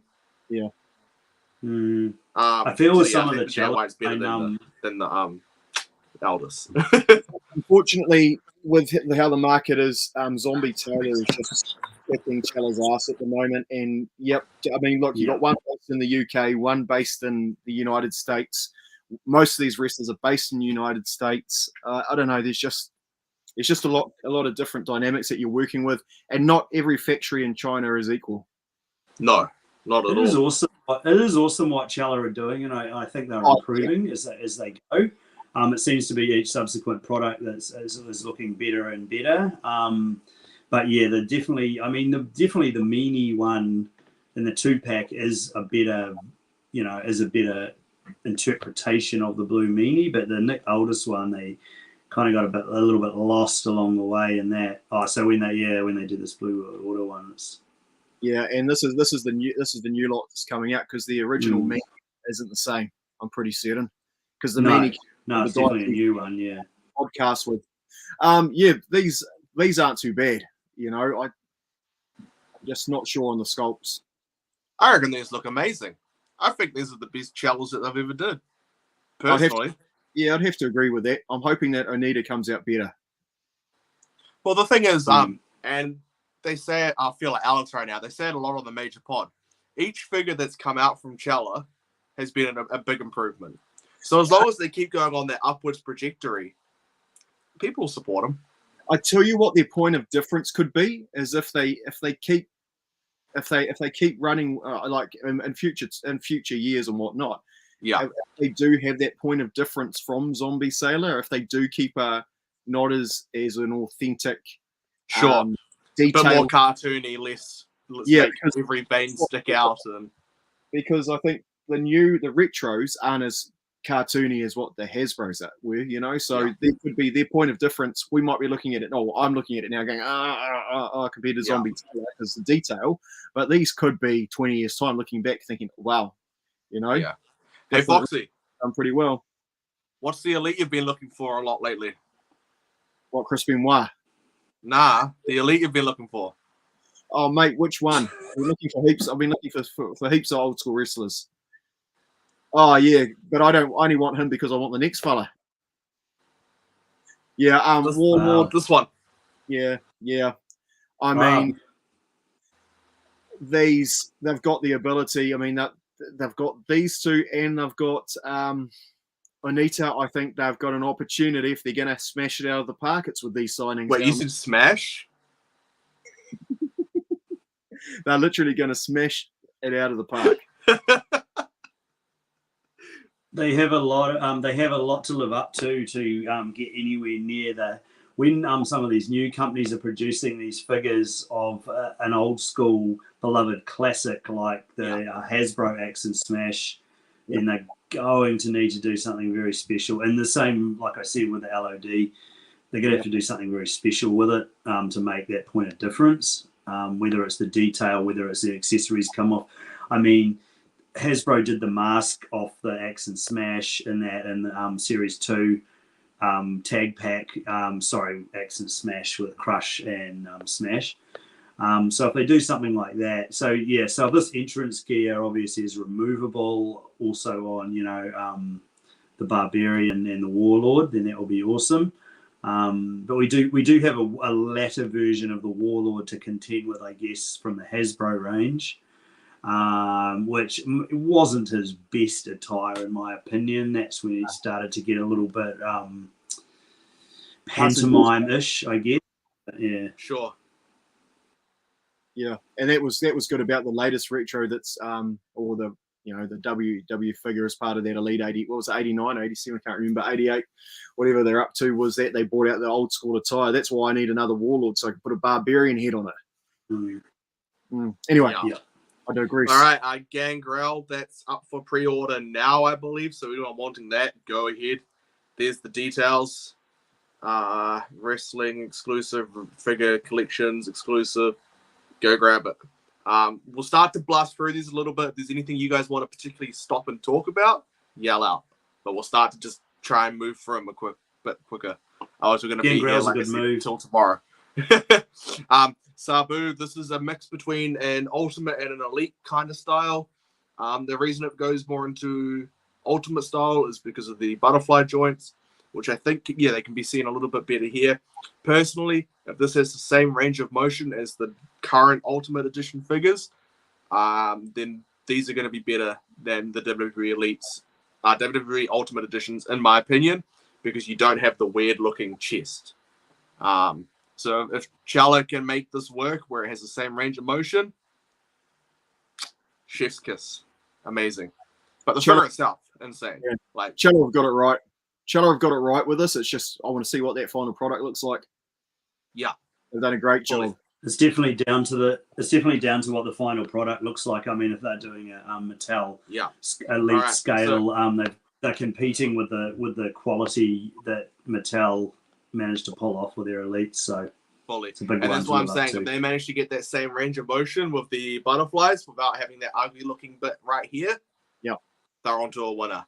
All right, Agreed. Brett, I know we're going to move along quickly now, but I have a feeling you're going to want to spend a little bit on this next one. Oh, yes. I've been waiting for this.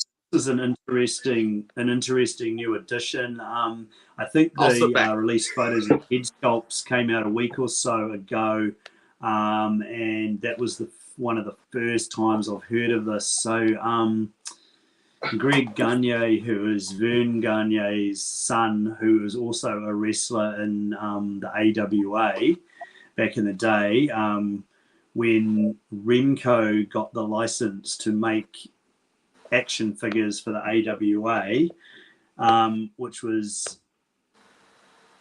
so as far as I know, there's the Remco rep, or one of the Remco employees is involved in this. So an ex-Remco employee is involved in these figures in development with Greg Gagne. So in effect, what they've done here is they've got Magnum TA, who was an absolute classic in that territory back in the day.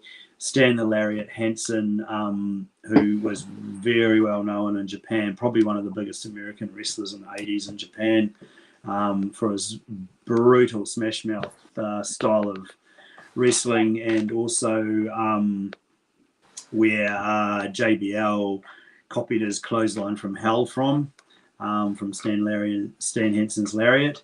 There's Vern Gagne in his much younger days. That's Greg Gagne's father and also the promoter for AWA. Lou Thez. If anyone, younger people don't know who Lou Thez is, you need to probably Google him. Amazing. You probably know. That's the guy that John Cena does a move of, right? The Lou Thez press. Yeah. Probably more commonly, you'll find Steve Austin doing a Lou Thez press. John Cena made it famous. Press. To you. I think Austin made the Lou Thez press a little more famous in the Attitude Era. But anyway, yes, it's a very, the move, so that is basically one of his moves. Lou Thez has got many accolades from back in the day. And you've got, obviously, Kerry Von Erich, who also actually, surprisingly, has a Hasbro figure when he was briefly in the WWF as Texas Tornado. And also a very youthful Ted DiBiase. Before he was $1 million man. Yeah, and I mean that the reason So- they're wearing that attire is that they were tag team partners, Hansen and DiBiase, in Japan. They never tag teamed in America or anywhere else. They only tag teamed together in Japan. Correct. So do either So of we- you two know any information about when these are expected, how you order them, or is this literally all we got? No, there's a No, sign up. there's not much information. There's a sign up page that you can go to, and To basically be just notified. know, and you can be notified when they're going to come out. But this is something Cool. that I'm really interested in. Now, one quick question. Likewise, it's in The, very early stages at the moment. The top right head scan, Vern, Yep. is that Hmm. the actual scan, or is that a placeholder image of, like, an actual image of him? It's a placeholder. To me, it looks like a photo of him. Yeah, because I was Just really skull. buzzing out because I'm like trying to figure it out, but the way they've cut it and looking at some of the other ones, I'm like, shit, that could be the actual scan, and if that's the actual scan, that is nuts. No, I would say that's not a sculpt, digital. Otherwise, to be honest, that looks like Okay. an old photo of him. Agreed. Okay, They've managed to get in. Yeah, all right. What do that's we have very. next? This is a very exciting line, though. I'm looking forward to this.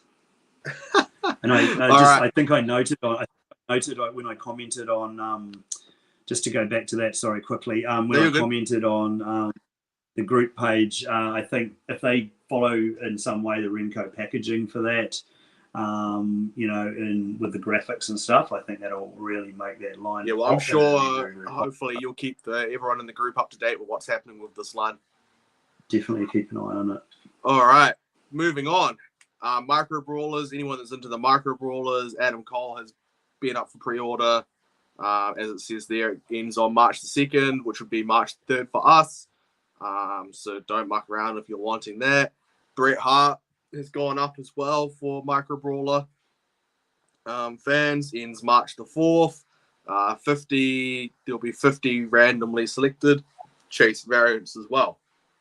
So very cool. Alrighty. Going into what Alex would normally talk about here, because I know nothing about pops these days. But again, we'll just briefly go through it. If you guys want to stop on anything, say something. We got Eddie Guerrero in the limo, Undertaker in the casket, a backpack, a pin, Razor Ramon, very iconic look for Razor. Mankind in the lunchbox pack. So this is something new to my understanding with pop, but it's pretty cool. I like it. It's unique. Comes with pin, comes with I like socks. Yeah, that's cool. card. Very cool. I could see Alex taking the Mankind lunchbox to work with his packed lunch to his building Yeah, site. I reckon. I reckon that's a good look for him. Right? Cactus Jack as a GameStop exclusive. Comes with a Royal Rumble pin. That's, for a pop, that is stunning, in my opinion. And then WrestleMania ring, Rock and John Cena. Once in a lifetime until it happened twice. These are cool. DX 2-pack. NWO 3-pack. Keep an eye out And for then the post coming out. Alexa Bliss, regular and Chase, and Dude Love and Bianca Belair. It's pretty cool pops. Yeah, they're banking on people going. There's a lot of detail in the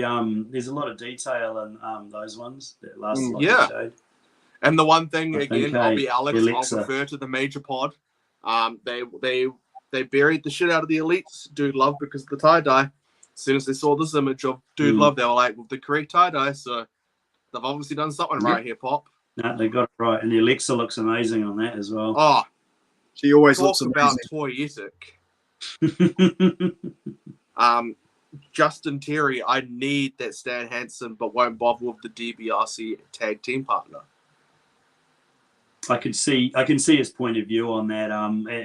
As Fox pointed out, it's not a very well known attire for DiBiase in the US, but It'd be more yeah, if you were a my- fan of the old school New Japan, I'm guessing. Yeah, I've got footage of him in Japan with that wearing that attire, so I was well aware that he did wear that. Sure. Even in Japan, he does look a little strange in that, but I guess that's to make that when they brought him in quite young there, it was to make him familiar with the Japanese fans, dressing him like Stan Hansen did him a favour, But it is an odd choice, I agree. All right. Going back to a bit of your guys' flavor, retros have started shipping. If you are anywhere that is not outside of the US, you actually have them in hand already. Very cool. I'm stoked for every single one of you collectors that wanted these retros. Didn't order them personally, but they look amazing. I keep checking my shipping updates on these every day. Every day. But it hasn't gone anywhere. Where is it, man? Superstars line. It's an amazing Shawn pack. Michaels. Yeah. Yeah. Next. Whew. Scott Hall. And, Kevin Nash. that's probably the best out of the lot.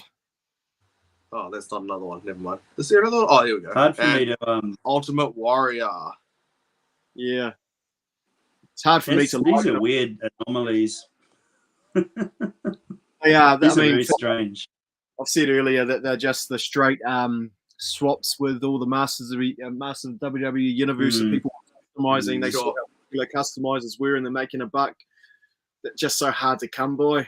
All you leave people to manage to get your hands on them, well done. But after how hard it was, I mean, there's a few people know how hard it was for me to get the last series 7 and 8 of the Masters of the WWE Universe. I just can't be bothered going through that hassle. They were going before ringside were getting them $1,000 for 4 of them.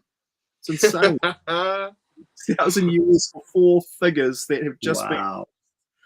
And still, what they cost me in the end, 400 New Zealand for 4 of them.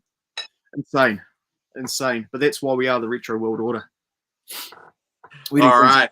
Ultimate Edition, Shawn Michaels. I can't remember where or when this one comes out, but man, come on, guys. Give it a little bit of credit here. That is a stunning figure. I like the retro aspect to it because those that are collectors from the 2000s will know that there was an LJN style Jakks Classic that was brought out in that pose, in that attire. Right. Very interesting. Spot on. It was indeed. Mr. T Ultimate. I don't like the face sculpt on this. I was pumped. The San Diego Comic Con is far superior to this. And do you think he's lacking a bit of beef? Yeah, lacking beef. The head doesn't look quite right. I mean, they're aiming for the WrestleMania 1. Ouch. That's not, to me, that's not more of a junkyard, or not even junkyard dog. Okay, I think it will look okay with the robe on, but you take everything off and you get to see that face a bit more, you get to see the body more. Yeah, no, I would have loved to have liked this, but he's too skinny, he's too tall. The face sculpt is off. He does definitely look better with the Hulkamania cap and the robe on, I admit. He does look a bit junkyard dog-ish, to be honest. Well, his counterpart, without knowing much about how he looked back then, looks amazing. Yeah, and isn't this retro so much like the LJN? What was it? 18-inch, 16-inch, 16-inch. Yep. I just think. I think I commented on that when it first came out. It's like it's an elite version. I mean, a Mattel version of that 16-inch LJN Hogan down to a T. That belt, everything about this is perfect. That is definitely a figure that I will be getting because I think for me that is possibly the best Hulk that has come out in that range. Was that title that bland? Yes, it was a bland title. It wasn't much like even with the bumpiness of the plate. That's why they changed it because that title wasn't around for a long time because before that was the green belt. That only lasted maybe 2 or 3 years from memory. That belt, it wasn't. Yeah, it was only a couple of years with that title. Yeah, it was a little bland, but what do you reckon? That's the money shot there. Weren't that great. I like the one with his arms up, like the. You reckon? How we used to pose the LJN. And the good thing is, anyone that brought their Survivor Series Hogan, if you buy this Ultimate Edition, you can use this head, put it on your Survivor Series, and it's fixed. Yeah. Well, at least with the eyes anyway. I don't know about the rest of it. Yeah, I'd But probably anyway, consider buying Ruthless Aggression line. Brock Lesnar. it. Average head sculpt. Body's. I see what they were going for. Yeah, the younger look. The younger look. Yeah. To me, Didn't quite work. Nah, it's more of a Walter to me, just looking at it offhand. But hey, it's like Walter's cousin. Batista. Yeah, iconic. I think they've released this at the wrong time though, with his Ultimate just around the corner. Yeah, and I guess for a lot of collectors from that era of collecting elites and basics, there were a lot of Batista figures during his run. It's a bit like John Cena. There's a lot of John Cena figures around, so I guess you've got to be a collector to love it. And then we got the Shawn Michaels. You guys interrupted me on when I was talking about it. Next. No, that's a good. That's a pretty good version of HBK, in my opinion. Yeah, no, I fully agree. Shoot, where's the other image for this one? Why did they not upload? Oh well, there's another image of this one as well, but Sid, Luger, yeah, Luger through, his Wolfpack one. They look the same to me. NWO Wolfpack, a figure that I think a lot of people have been waiting for to add to their collections, because what we've got to. Am I right in saying that the ones that have come out so far have been more his early runs in WCW rather than his later runs? I believe so. Yeah, so it's good that it's been made. It's a Wolfpack one too, because I'm sure that he comes with a Wolfpack NWO Fest. We got it. Finally uploaded. Yeah. There you go. Yeah. That's awesome. That's awesome. And the other thing is, before this version of Luger came out, and before the ringside exclusive Hogan comes out, which we're about to look at, there was only Sting, Nash, and maybe a Scott Hall. Yeah, there was a Scott Hall. So realistically, your Wolfpack was shit. There wasn't very many figures of it. You know what I mean? But now, all of a sudden, you're starting to see that faction be beefed up a bit more in your collection. X-Pac, whichever. Good to see a figure without his tongue sticking out. It goes. You'll be this one. 2 and 1, DX Army, and from wherever this one was from. It was sort the of DX Army is definitely the premier figure of those two. Yeah, sure. I'm in love with it, man. With all the soft goods, so good. And it goes well with the other ones. Amazing soft goods. DX Army, and I think anybody like yourself, Parakai Dream, who's collecting the set of them, is not going to be let down by this. It's magic. Like the only thing I'm let down about is that not one person came with their gun. I get it, but anyway, I'm sure you can find a gun. Kane, another Kane. Cool. I think that's is he not another Kane? Enough? That's my opinion. Yeah, it's just not Kane. The I don't know. Too small, right? Yeah, because he was pretty massive. Because this is the Brothers of Destruction run, right? I thought this was RVD and Kane run. Oh, actually, it might be too. I would say just by the body sculpt, his arms look fucking massive, and his body looks way too thin. Yeah, for getting leg workout day, bro. Yeah, no. Man, he forgot leg day. He forgot like Wednesday. The figure itself looks great until you look at the proportions of it. I think that's the best way to describe it. I mean, you can tell the proportions out by looking how that belt fits, because the belt should be wider around his waist than what it is there. Yeah, that's an easy pass. Okay, that's a bed shitter along with Mr. T, in my opinion. Yeah. But what about this one? You keep mentioning long legs. Ooh, Miss Hancock.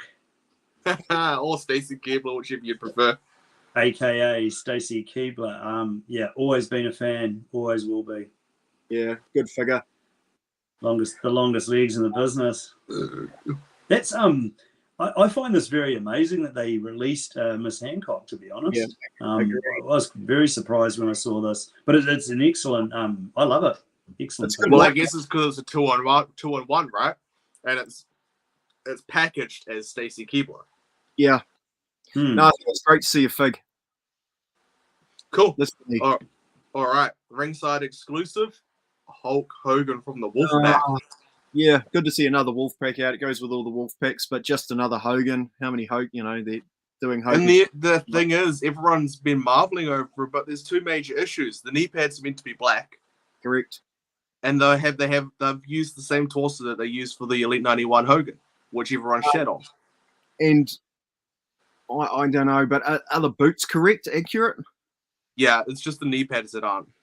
Okay. Yeah, great to add that to the Wolfpack. I think everyone's been waiting. Yeah, for time. You need it for your Wolfpack collection, so beggars can't be choosers, right? But correct. I find it weird how fans shat on that Elite 91 because of the torso, whereas I think we've discussed this, Ricardo. The amount of shit that Hogan comes with, if you gave him that massive torso, he would have looked like the literal Hulk. Yeah. Whereas this one doesn't come with all the stuff around him. So he does need that Hulk torso. You know what I mean? Yeah. Yeah. I guess people will get it if they want to add it to their NWO or the massive Hulk fans like our man Timmy the man Fulton. Yeah. Yeah. Timmy Fulton. Is there any other Mattel? Is there any other elites with a Wolfpack belt, the big Wolfpack big gold? I don't think so. I think this will be the only way to get it. I've never seen one. See, I quite like the way they've done the belt. That'll be very appealing for a lot of people. Yeah. All right. Anyone know who this guy is? Who was it? Damian Priest?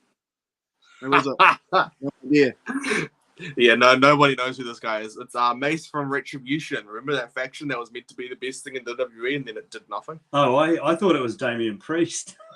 As well. Oh, here is it, Damian Priest? It's so sad though. Next. All of these Retribution figures look amazing, but then the faction was garbage. I don't know what this guy actually looks like due to my lack of following current wrestling in great detail, but the actual detail, as far as a figure, without knowing what the actual guy looks like, it looks great to me. Like it's got a lot of detail and a lot of, obviously accessories and that. But I would probably just say Nick's because he doesn't really mean anything to me. Nick. Minute. Nick. Stephanie McMahon. Helmsley. I need a Stephanie McMahon. I love this figure. Yeah, I think this is going to be the one I add in. To me, that's the best Stephanie McMahon sculpt that they've ever done. They tend just to not get her face. Definitely looks like her. But this is probably the closest. I don't know so much. I think her face sculpt is actually pretty good on that. To be honest, she did look odd during that era. Yeah. No, I like it. Was kind I really like it. And I think it was one that no one was expecting either, which is always great. Yeah. Is that the soft goods shirt on her too, isn't it? Yes. Yeah. I think the bottom part looks the bottom part of the torso looks a little plain. I guess the pants. I mean, that's what she looked like. She just wore I don't know. I like pants, the head didn't she? sculpt. I think it's good. Yeah, and the plane goes with the whole McMahon thing, right? Because the stuff they wear isn't flashy. It's you look Shane Mac, same sort of thing. No. And I like the simplicity because all their other figures in there, they're relatively plain. So except for the one that Elite where she came to match Triple H. Triple H WrestleMania. Yeah. Anyway, Bret the Hitman Hart. Oh, another Bret the Hitman. They mucked up again. The only thing I like about this is they've actually nearly got the glasses right. Yeah. They fixed the glasses, fuck the hair. That's all there is to say. It's devastating. There's numerous issues with Bret the Hitman Hart figures over the history of time that are just so horrendous in the head sculpt. It drives me nuts. They must have done it. If they don't have the bit of greasy hair over the face that they've stuffed up, they try and have the hair swept back, and now he looks like he's half bald there. It's just the head sculpt's bullshit. The body's fine. The Intercontinental belt looks Everything too big. else looks great. It's just the head. They've never got I don't it like right. the belt. It looks too big. Yeah. I think Yeah, It's a that- pretty big face plate on that belt, man. And Everyone- like scale wise. it deserves it. That's a beautiful belt. I'll be buying the glasses and painting them. The belt standalone looks fine, but I just think the scale's out or something's out. And his head, that's not Bret the Hart's. Bret the Hart. Well, the Bret thing is, you'd Hitman think Hart's after head. they've done at least 15 Bret Hart elites, if not elites and basics. How have they not got it right yet? I think some of the Jack's head sculpts were some of the best, to be honest. Oh, 1000%. I was Yeah, looking at for one Bret that Hart, Alex yeah. brought the other day. I won't mention it because no doubt he'll want to show it in a future recent pickups. But the Jack's version's just shit over the Mattels. Yeah, I'd have to agree. Yeah, I think so too. Yeah. And then the last one for figure news on my end, Ugh, British Bulldog. another British Bulldog. That's what But I thought for it. With the I flag. will say, I love that they've included the flag as soft goods. Because the last flag that they brought out was made of plastic. Yeah, plasticky rubber. I love that this is soft goods. I love that it's detachable from the arms so simply by the looks of it. To me, this is a much appreciated addition. I like that. Yeah, it's a great figure. I think the head sculpt's good on it. The sculpt's good for his face, the face likeness and the hair. Has he got a part of that flag's around his neck too? His attachment around the neck, it looks like, Yeah, as well as the wrist. Yeah. sure. No, I don't think there's anything wrong with that. But yeah, like you said, another British Bulldog. But no, I like it. Looks good. Well, as long as they keep selling, they're going to keep coming, right? Yeah, and it'd be nice to have a David Boy Smith to go along with him. Not during that run, because that's later. But you know, the one that it came. Oh, you out mean with a Dynamite Kid? Yeah. Sorry. Yeah, Dynamite Kid. Sorry. Yeah, Dynamite. Yeah. It would have been massive to have that when they brought out Matilda, bringing out a figure that went along with him. So hopefully, I pray that one day we get that figure. All right. Quick question for you, Probably Richard. after the Dark Side of the Ring show, out of, though, out eh, of right? the, out of the Yeah, elites and true. ultimates, which is your favorite one that's coming out? Hulk. Out of what? Out of the elites and the ultimates, which is the one you're most liking that's coming out?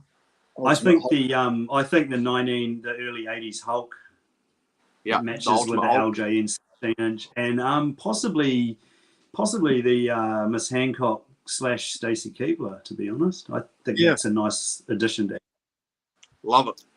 I tell you what, the female figs are just like the women's WWE, mate. They're knocking it out of the park at the moment and holding up the company, the reputable reputation. The women are doing the business.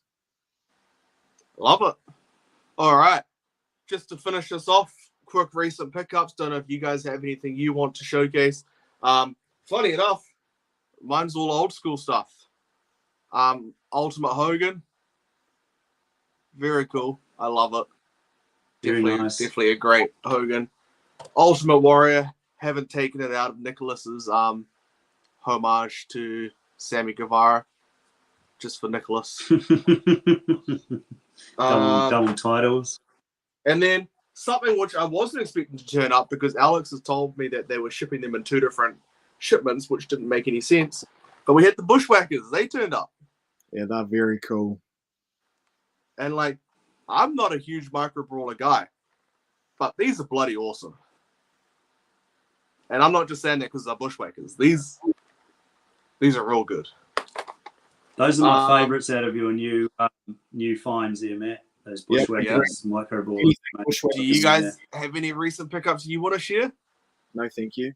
No. I don't. I'm waiting on a momentous, huge, big pickup, which has been a while in the making. So hopefully I can reveal all soon. Cannot wait for that. Cool. That's a golden nugget and a half. I'll be messaging after this. I don't know what it is. That's magic. It's top secret. Top secret.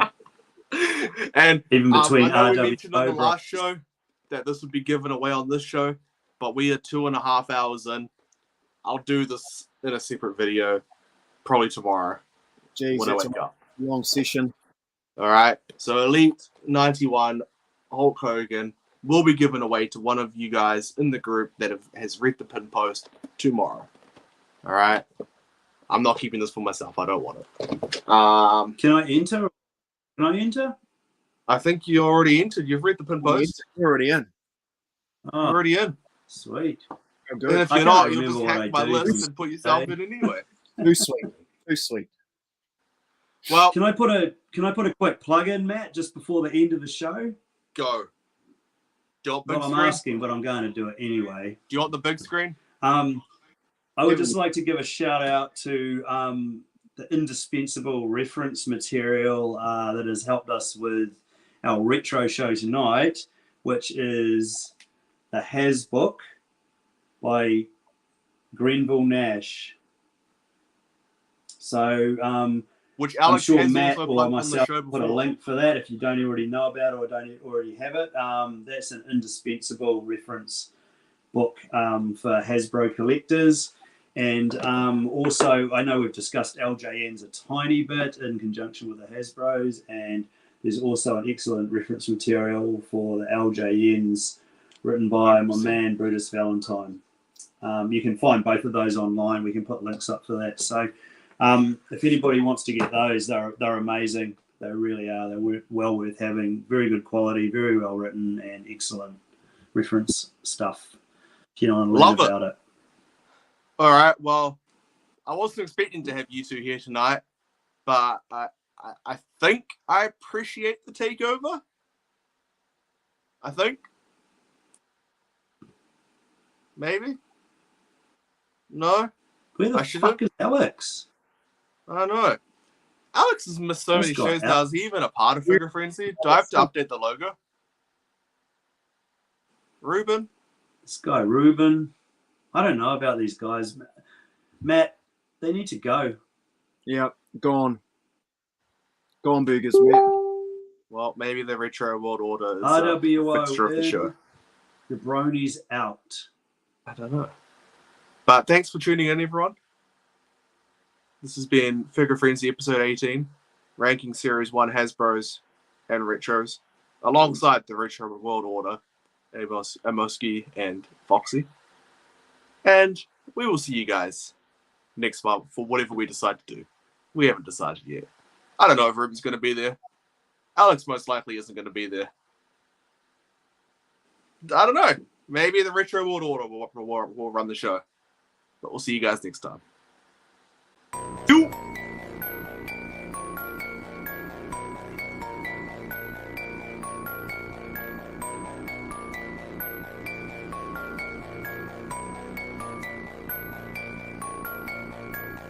Get 'em all, I gotta get 'em all. Get 'em all, I gotta get 'em all. Get 'em all, I gotta get 'em all. Get 'em all, I gotta get 'em all. Wrestling collectibles, NZ competition tried, but now they on their deathbed. They just can't do it like this. And boss things like big boss man with the nightsticks. Got them basics, them elite, got them retros, LJNs, them Deludes, and them Hasbros. What you want, new or old, you can get them here.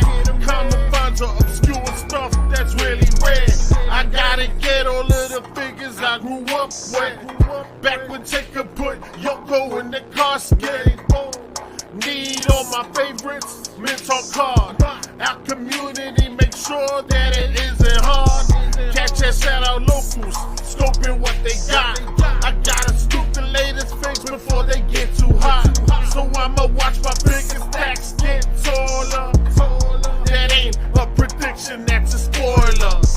Get 'em all, I gotta get 'em all. Get 'em all, get 'em all. I gotta get 'em all. Get 'em all, get 'em all.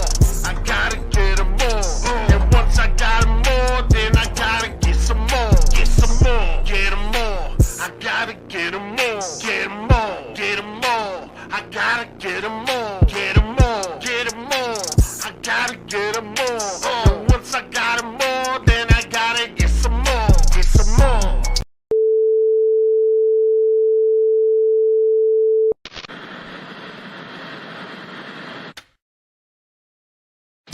The following announcement has been paid for by the Retro World Order.